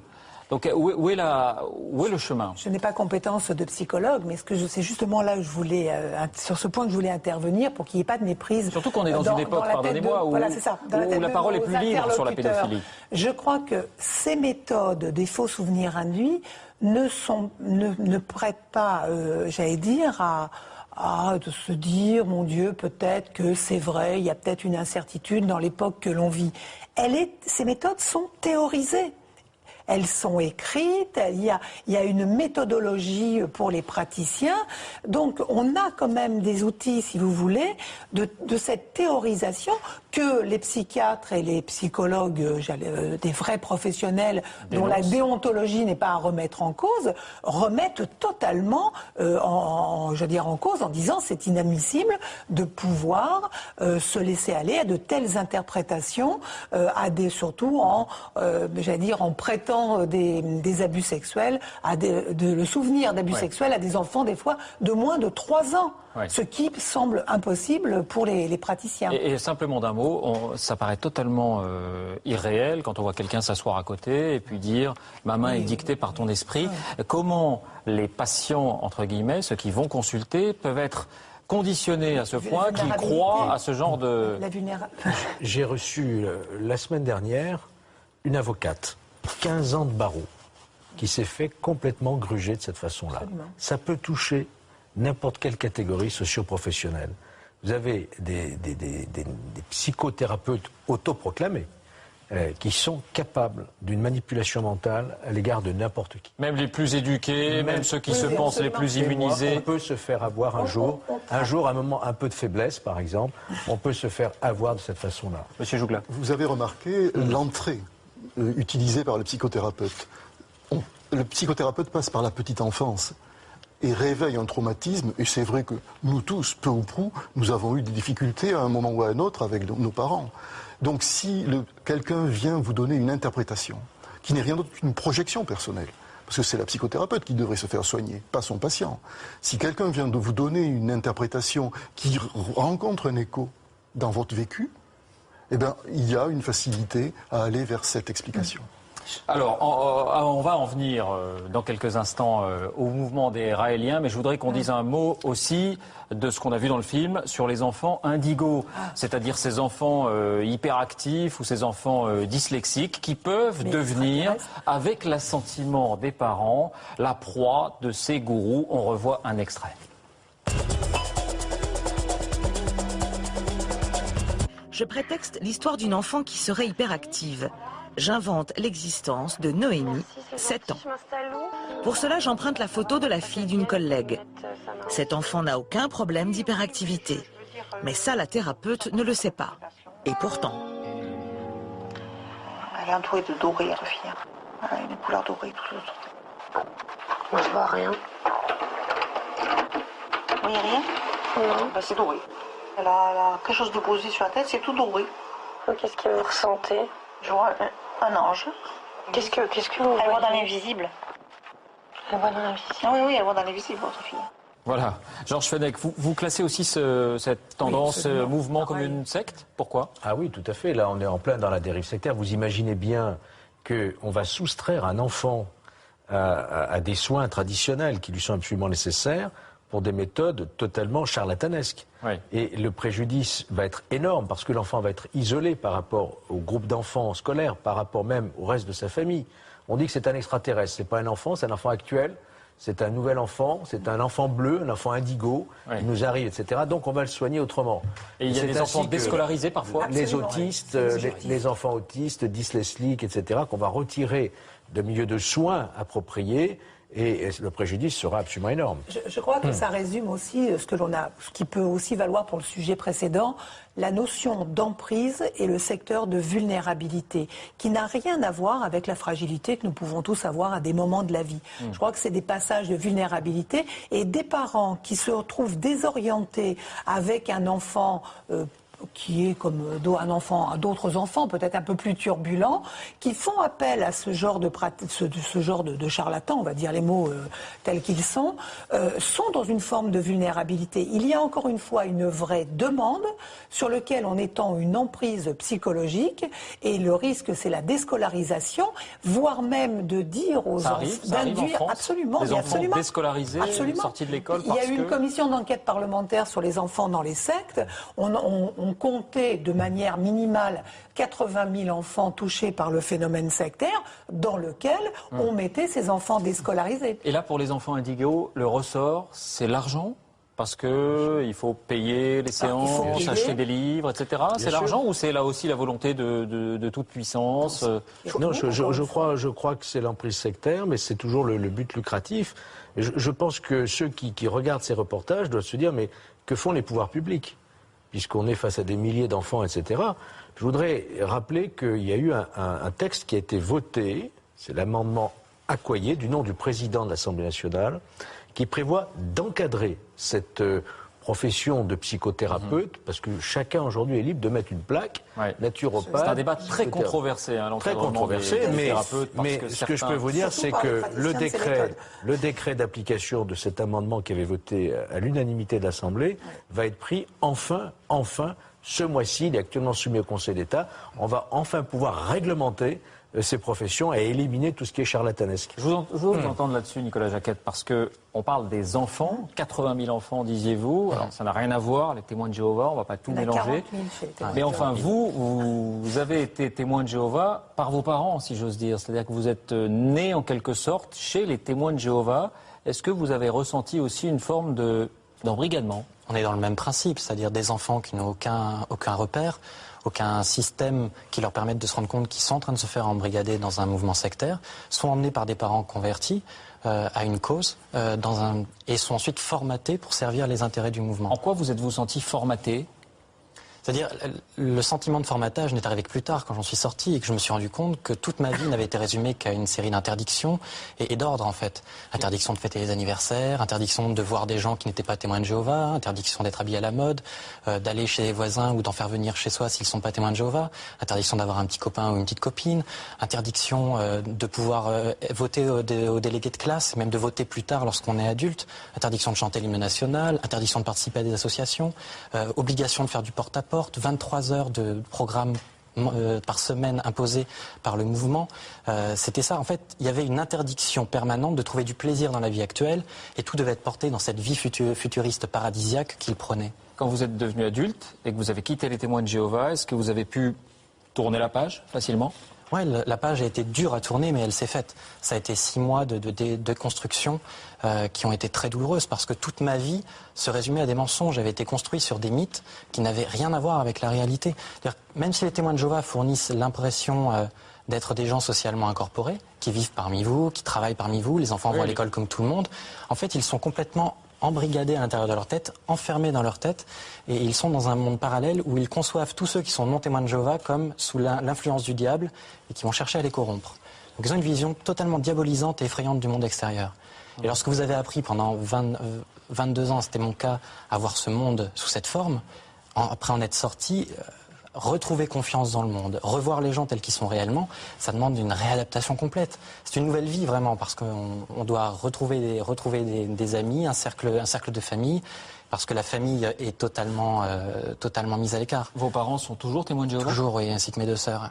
Vous avez rompu avec eux ou vous avez toujours des relations ? C'est eux qui ont rompu avec moi. Ils ont rompu avec vous ? Tous les mouvements, en fait, et on l'a vu ici, pratiquent la rupture avec le milieu familial. Ils disent, chez les témoins de Jéhovah, c'est un exemple, c'est représentatif des autres mouvements, mais ils disent, si jamais un de ceux qui ont connu la vérité, qui peut vous permettre d'avoir la vie éternelle, la renie, il a choisi la mort. Et il est comme déjà mort, et on ne parle pas aux morts. En fait, le mouvement perçoit l'individu qui est parti comme un danger, puisqu'il a connu, en tout cas, il a vu l'envers du décor, il a découvert le poteau rose probablement, et il pourrait peut-être le donner aux autres, et il risquerait d'en faire sortir d'autres. Donc il faut l'éloigner absolument, l'écarter, et donc on donne l'ordre aux membres du mouvement, surtout cesser toute relation avec ces gens. Jean-Pierre Joumelin. Et ce qu'explique Nicolas Jacquette par rapport aux témoins de Jéhovah sur la continuité de l'emprise et les méthodes qui se mettent en place, existe également dans les thérapies déviantes que vous nous avez montrées avec votre film. Il manque à votre caméra cachée un suivi sur les pratiques maintenues par cette psychothérapeute bidon par rapport à cette jeune fille qui a coupé. Parce que comment est-ce qu'elle la maintient dans la coupure d'avec ses parents ? Elle l'a fait rentrer dans une interprétation du monde qui est tout à fait similaire à celle qu'on retrouve dans les sectes. Et c'est uniquement parce qu'il y a ce maintien de l'emprise par l'interprétation de la part du psychothérapeute que l'enfant ne revient pas plus vers ses parents. C'est pas un choc, c'est pas un traumatisme ponctuel, c'est un traumatisme continu dans la durée. Je pense qu'il y a un remplacement de la famille, parce que là, elle joue sur la proximité, la main sur l'épaule. Vous avez perdu votre mère et elle se place comme référent. Elle lui donne des réponses que ses parents n'auront jamais pu lui donner. Elle lui dit qu'elle lui donne des vérités que sa mère refuse de lui donner, qu'elle se moque d'elle et qu'elle n'en a rien à faire.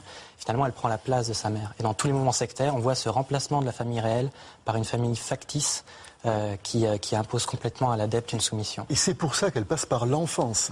Et on retrouve ce passage par l'enfance également chez les Raéliens avec les massages qui remettent les gens dans un état de confiance et d'abandon. On le retrouve chez les enfants indigos, c'est-à-dire qu'on touche les parents parce qu'il y a de plus pur et de plus sensible, c'est le lien avec leur enfant dont ils veulent le mieux. Alors précisément, on en vient maintenant à la première moitié du film, ce mouvement raélien qui paraît alors là fantaisiste, avec ses séances de relaxation, de méditation et plus, si affinité, on revoit un extrait. Après les livres, l'étape suivante dans l'apprentissage, la méditation sensuelle. Assis à ma droite, le guide que j'avais rencontré m'explique comment ça se passe. Une méditation sensuelle, elle peut commencer comme ça, tu sais. Attends. Ouais. Je laisse. Je sens ce que c'est. Je sens mes pieds. puis prendre le temps de vraiment ressentir les sensations. Aucun endroit du corps n'est tabou. Les cuisses, le sexe, les fesses, l'anus, toutes nos parties qui sont mouvantes, qu'on ne voit pas, qu'on ne regarde pas suffisamment, le bas du ventre. Et on fait venir la vague de chaleur qui remonte jusqu'ici au plexus solaire. Et là, tu vas toucher bien le sol. Tu vas faire corps avec la planète. Touche la planète, ressens-la. Tu vas t'apercevoir avec un petit peu d'entraînement que tu vas la sentir tourner. Tu tournes avec. Tu vois. Là, je sens le mouvement. La terre bouge, elle tourne. Alors, juste une ou deux questions avant de venir aux autres aspects, mais des questions vraiment purement de curiosité. Madame Picard, Monsieur Jougla, est-ce que les Raéliens y croient vraiment, par exemple, qu'il y a des Elohim quelque part dans l'univers qui vont débarquer sur Terre un jour, qui ont rencontré Raël, qui lui ont serré la main? Est-ce qu'ils y croient vraiment? Oui, ils y croient. La vraie question, c'est est-ce que Raël y croit? Oui, apparemment, alors, on croit comprendre qu'ils croient vraiment. Est-ce que les autres y croient vraiment? Les autres y croient parce que il faut bien, ça apparaît pas dans le film, mais la pratique sexuelle, en réalité, c'est plus on baise, plus on nourrit le cerveau. Plus le cerveau est nourri, plus il va pouvoir se mettre en contact avec les Elohim, les extraterrestres, et recevoir les messages directement des extraterrestres. Donc, leur pratique les met dans une optique dans l'optique de leur doctrine. Non mais là, pardonnez-moi, on parlait des gens éduqués tout à l'heure. Il y a des gens visiblement... Pas les sentiments. Oui, non, pas les sentiments, mais... Elle les place assez bas. Voilà, les Elohim qui vont venir et pour lesquels il faut construire une base pour les accueillir, etc. Voilà, on est dans Spirou et Fantasio. Ça, c'est pour le pognon. Hein. Ça, c'est miroir aux alouettes. C'est-à-dire qu'il faut quand même que le mouvement, il ait un projet. Parce qu'il ne peut pas... Il tient sur une théorie qui est celle de l'amélioration de soi, du développement, voire d'un bien-être, etc. Mais il faut quand même qu'il soit ponctué. Surtout, Raël, c'est un mouvement d'une longue durée. Combien sont les Raéliens en France, dans le monde? À combien sont-ils estimés? Je crois qu'en France, ils sont beaucoup moins nombreux que ce qu'ils disent, et dans le monde également. Hein. Eux annoncent plusieurs centaines de milliers. Oui. Mais en France, je pense qu'on doit tourner autour de 150-200 Raéliens. Voilà, eux disent 55 000. Ils auraient été, sous réserve, ils auraient été appelés à rejoindre le Canada, les Français à rejoindre le Canada à un moment. Manifestement, ça ne s'est pas fait. Donc le mouvement s'est un peu épuisé. Et il subsiste à travers des conférences telles que celles qu'on a vues dans un café. Mais maintenant, Internet est un outil aussi d'ouverture, de communication, qui fait qu'en termes de chiffres, ceci nous échappe. Deux questions précises encore. D'abord, est-ce qu'il y a eu des poursuites en France contre Raël? Est-ce que vous avez défendu, M. Jougla, des personnes qui s'estiment victimes des Raéliens? Il y a eu des poursuites, non pas contre Raël lui-même, mais contre des adeptes raéliens pour des pratiques d'ordre de pédophilie. Voilà. Et ils mettent en cause l'organisation elle-même, d'après vous? La théorie, les injonctions de Raël. Hein. Oui. Moi, j'ai requis contre eux, quand j'étais avocat général à la Cour d'appel de Lyon, j'ai requis contre des responsables dans la Loire qui avaient commis des attentats à la pudeur sur des mineurs de 15 ans. On a un contexte qui favorise ce genre de choses. Pour vous, c'est un mouvement dangereux? C'est une menace. Les Elohim, moi, ça m'est égal. Hein. Quand même que les scientologues, c'est pas mon problème. En tant que mission interministérielle, ce qui m'importe, c'est tout ce qui est effectivement une menace pour l'ordre public, pour la santé publique qu'on vient d'évoquer, pour les mineurs qui sont exposés. Raël s'en défend sur cette question des mineurs. Lui, il dit aujourd'hui, dans les réunions, les mineurs ont des petits panneaux noirs, ce qui signifie que là, il n'y a pas de relation sexuelle possible. Mettre des enfants dans ce type de réunion, même s'ils ont un panneau noir, on peut quand même considérer que c'est un petit peu excessif. Par contre, je voudrais dire qu'en termes de procès, les anciens adeptes ou ceux qui se sont affrontés à Raël, eux, ont payé durement et en termes de diffamation et qu'ils ont été poursuivis. Et nous avons des suivis au moins de 5 personnes qui sont poursuivies par Raël et qui, heureusement, ont gagné leur procès. Alors Alain Stoffen nous a rejoint. Merci d'être avec nous. Bonsoir. Là, on parle de la scientologie. Vous avez été scientologue. La scientologie, c'est une église dans de nombreux pays. En France et ailleurs, c'est une organisation qui a même été classée par un rapport parlementaire dans la liste des sectes. Pouvez-vous nous raconter, vous, comment vous avez ressenti votre passage dans la scientologie? Combien d'années y avez-vous passé? Moi, j'ai passé en tout 15 ans. Et c'est vrai que pour résumer ça de façon très courte, c'est que moi, c'est comme ça que je l'ai vécu. J'ai, pour ma part, subi à mon insu donc tout un travail de déstructuration, de dépersonnalisation et de reconditionnement au point de devenir la victime de mon propre viol moral. C'est-à-dire un embrigadement, une déstructuration qui ressemble à ce qu'on a évoqué il y a quelques minutes, soit à propos des faux souvenirs, soit à propos d'autres organisations? C'est-à-dire que les méthodes, les techniques et le discours sont assez éloignés de ce qu'on a vu dans le reportage. Mais en fait, l'objectif principal, c'est l'asservissement des gens et donc de mettre les gens sous influence, de les mettre dans un état de dépendance pour après donc en faire ce qu'on veut. En faire ce qu'on veut, pourquoi? Dans le cas de la scientologie, parce que je peux uniquement parler donc, dans mon cas de la scientologie, ce que cherche la scientologie, c'est d'une part le pouvoir et d'autre part donc pour s'installer en tant que pouvoir, parce qu'ils veulent en fait créer une société sur le modèle donc de la scientologie. Et pour aboutir à un projet aussi ambitieux, il leur faut des trésors de guerre. Et vous, en l'occurrence, la scientologie vous a coûté cher? Moi, j'ai en tout dépensé entre 40 et à peu près 45 000 euros, ce qui est une somme importante, mais en fait qui est une somme assez dérisoire par rapport au prix, à l'investissement financier que représente en fait le fait d'aller au plus haut niveau d'endoctrinement en scientologie, parce que ça représente à peu près 300 000 euros. Alors, vous parliez d'argent, on va voir un extrait, mais simplement, Nicolas Jacquet, est-ce qu'il y a aussi des questions d'argent chez les témoins de Jéhovah? Oui, beaucoup, oui.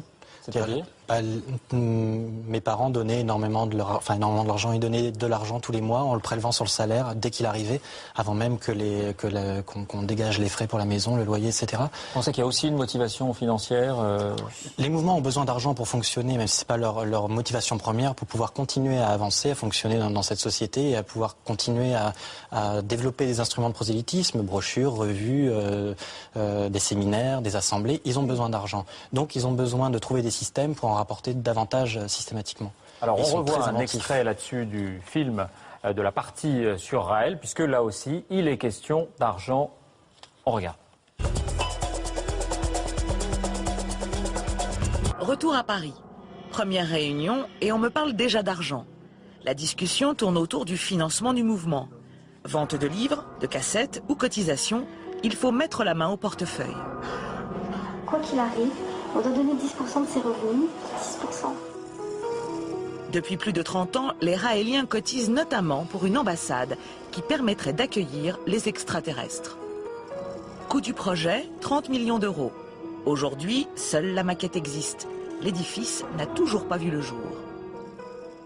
Voilà, 1 à 10% des revenus, Catherine Picard, pour le mouvement raélien, c'est dans la norme. Finalement, on a l'impression que c'est une donnée générale de tous ces mouvements. Comme il a été dit, je crois qu'il y a besoin de faire vivre une structure, une organisation. Le rapport d'enquête parlementaire sur les sectes et l'argent en 1999 avait mis en relief la structuration pyramidale de ces grands mouvements sectaires, siège aux États-Unis, banque dans les paradis fiscaux, transit de l'argent à travers différentes banques suisses ou luxembourgeoises, et donc une véritable organisation financière très très classique. En plus, ces mouvements sont structurés souvent sous 3 points. Et 3 associations différentes, ce qui veut dire que lorsqu'il y a des procès, on peut avoir affaire à une association, mais pas aux 2 autres, qui ne répondent pas, bien entendu, des incriminations.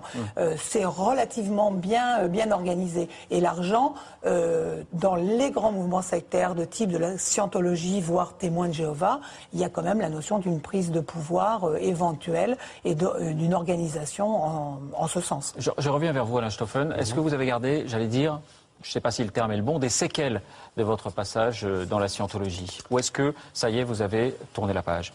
Je n'ai pas tourné la page. Maintenant, j'ai claqué la porte définitivement de cette organisation en 2001, donc on est 7 ans plus tard.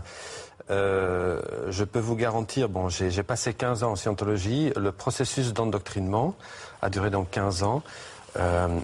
Le fait de devoir se reconstruire, c'est un processus qui est intimement plus difficile que le processus d'endoctrinement, dans le sens où le propre, je parle toujours pour mon expérience par rapport à la scientologie, le propre, c'est tout simplement de vider la personne de ce qu'elle a de plus précieux en elle. Donc, on va anesthésier tout sens critique et tout libre arbitre. Donc, moi, quand je suis sorti de là et que j'ai compris ce qui m'était arrivé, parce que, comme l'a dit Nicolas tout à l'heure, je me suis construit toute une vie sur des mensonges. Moi, j'ai eu cette même réflexion quand je suis sorti de là. Donc, je me suis senti trahi, violé, sali au plus profond de moi-même.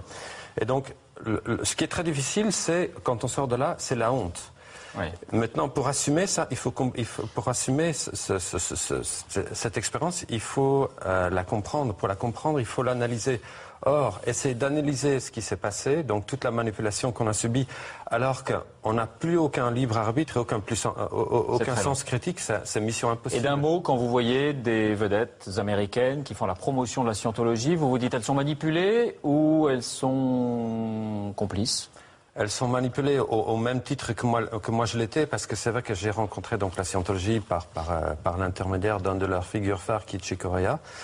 Et donc, oui, elles sont manipulées au même titre que moi je l'ai été. Maintenant, ce qu'il faut savoir, c'est que la scientologie, donc, on fait vraiment une spécialité. Donc, elles utilisent donc ces gens-là comme des figures de proue, quoi. Donc, oui.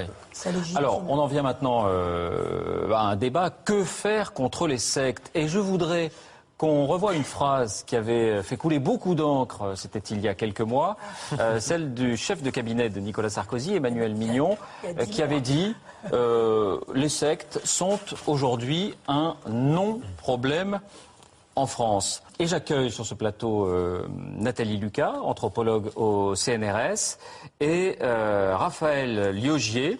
Vous êtes directeur de l'Observatoire du religieux et professeur à Sciences Po Aix. Est-ce que vous seriez à peu près d'accord avec cette phrase, que les sectes sont un non-problème en France ? Est-ce que vous trouvez qu'on en fait trop, qu'on diabolise les sectes aujourd'hui en France ? Personnellement, je suis d'accord avec les sectes, mais pas pour cette raison-là. C'est-à-dire que les dérives sectaires sont insupportables. Les sectes, je ne sais pas ce que c'est. Et d'ailleurs, le droit constitutionnel français ne sait pas davantage ce que c'est. Il n'y a pas de définition juridique de la secte en France. À partir du moment où nous sommes un pays laïque, nous ne reconnaissons aucune religion, nous ne savons pas non plus ce qu'est une secte. Par contre, votre émission a parfaitement montré que nous sommes capables de dire ce qu'est une dérive.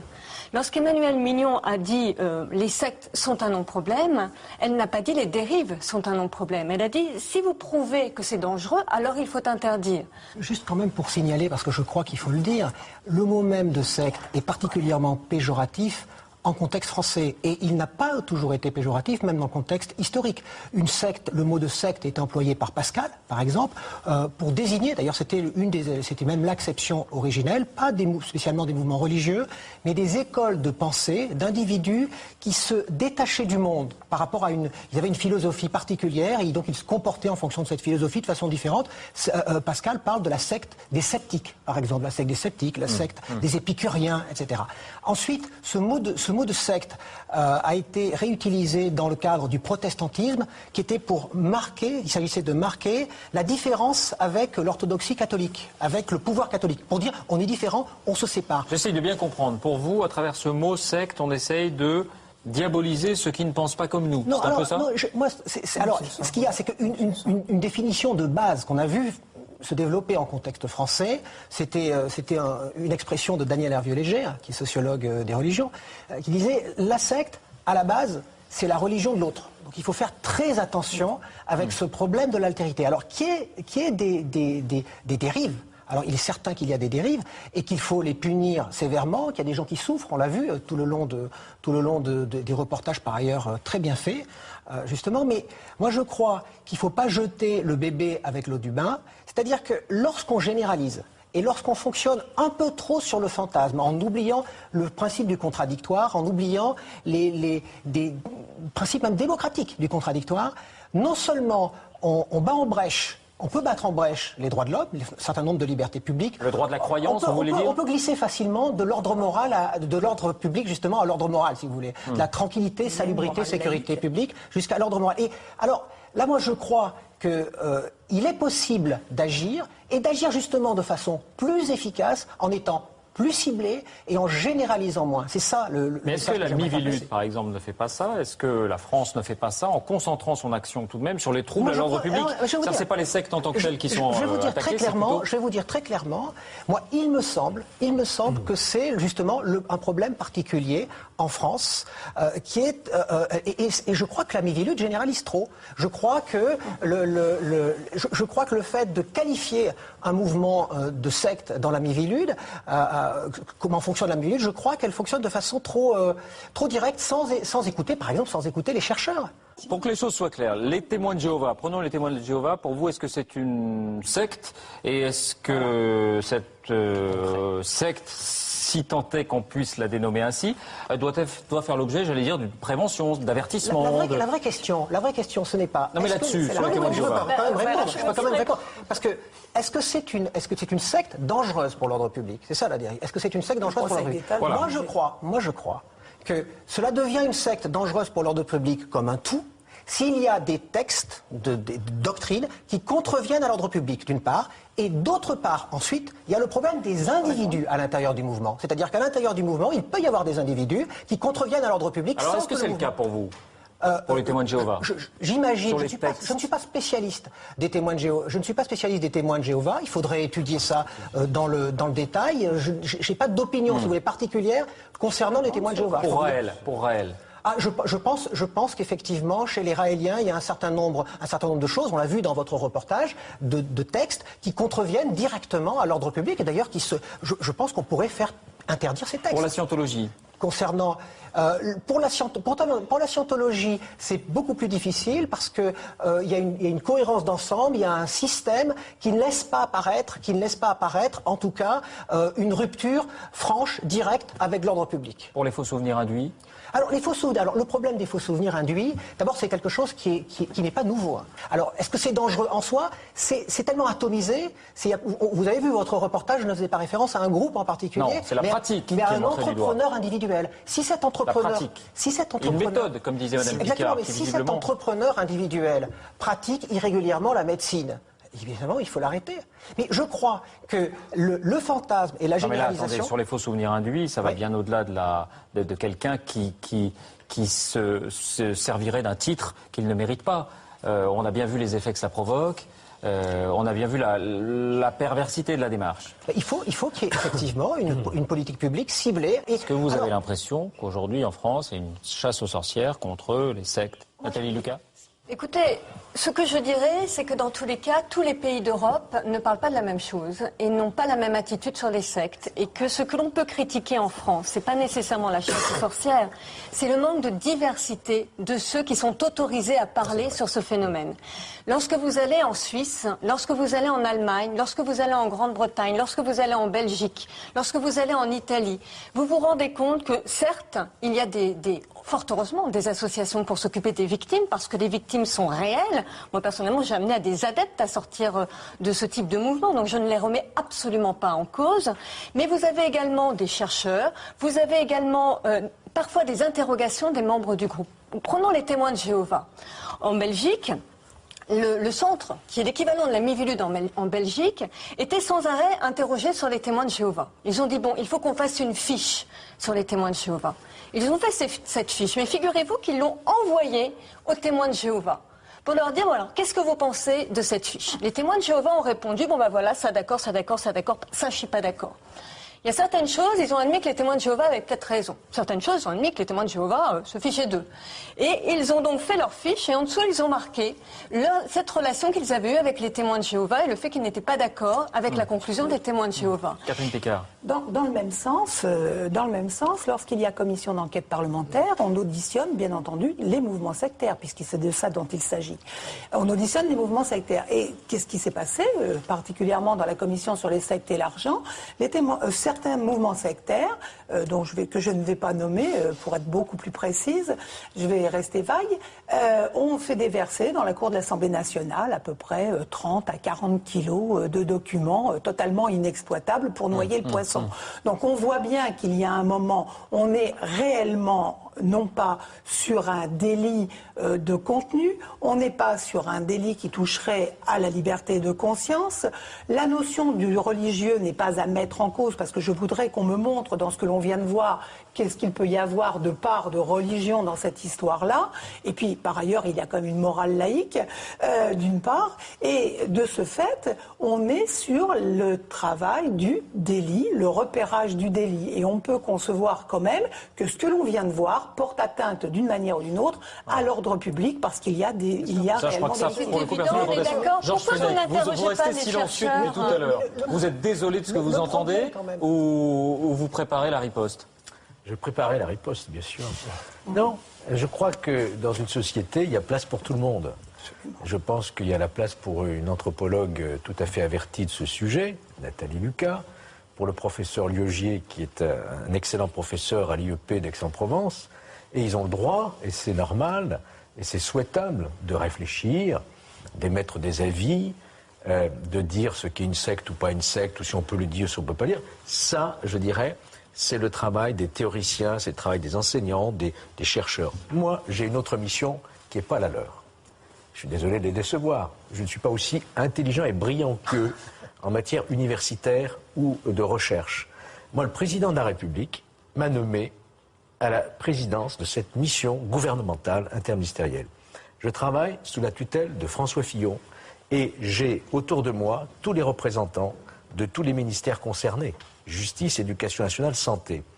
Mon seul travail à moi, c'est pas de faire des études universitaires, c'est de dénoncer ce qui trouble l'ordre public, ce qui est une infraction à la loi, ce qui est un danger pour la santé publique, de le dénoncer, d'être vigilant et de lutter contre tout ce qui est contraire aux intérêts des individus et de notre société.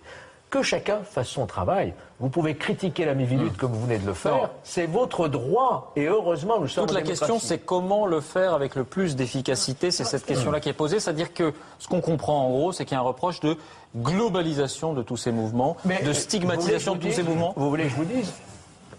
Hier, j'ai fait un déplacement dans un département.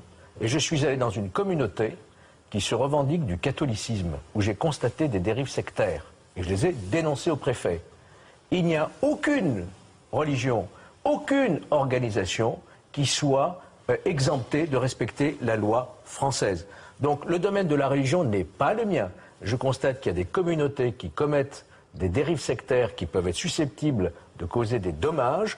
J'y vais. Et j'ai bien l'intention d'y aller. Et j'irai au moins dans tous les départements, dans le cadre de ma mission, pour aller constater de visu ce qui se passe. Je voudrais qu'on conclue en vous demandant à chacun d'entre vous brièvement si, d'après vous, le danger, non pas des sectes, mais des dérives sectaires, est en augmentation ou pas en France. Georges Fenech. Il est là, permanent, tous les jours, avec de nouvelles organisations qui apparaissent. Il faut véritablement qu'on maintienne cette vigilance. Oui. Catherine Picard. Un grand travail de prévention à faire, parce que les mouvements et la parcellisation de ces mouvements gagnent tous les champs de la société et surtout répondent de manière, même si, de manière en escroquant les gens, à des vraies demandes. Donc il y a un gros travail de prévention à faire avec les pouvoirs publics particulièrement. Raphaël Liogier. Moi je crois que nous sommes dans une période de grande transformation du point de vue des croyances et des valeurs, et effectivement du coup il y a une plus grande diffusion des dérives possibles. Il y a plus de dérives possibles. Nathalie Lucas. Je suis tout à fait d'accord, il y a beaucoup de dérives possibles, et si la Miviludes se contente effectivement, comme le dit M. Fenech, de se centrer sur les dérives, eh bien nous sommes sur la bonne voie. Mais voilà des points communs. Nicolas Jacquet, un mot de conclusion simplement sur ce débat et sur ce sentiment simplement de ce que vous sentez autour de vous, vous qui êtes peut-être particulièrement en éveil sur ce sujet, sur le risque. Je dirais vigilance, parce qu'en ce moment nous sommes en période de crise, c'est un immonde de choix pour les mouvements sectaires. Les gens ont peur, les gens se replient, et se replient sur le spirituel lorsque les valeurs qui font notre société sont en train de s'écrouler. Donc en ce moment je dis aux gens, vigilance, on est dans une période où tous les mouvements sectaires vont être sur la brèche pour pouvoir utiliser ça, pour pouvoir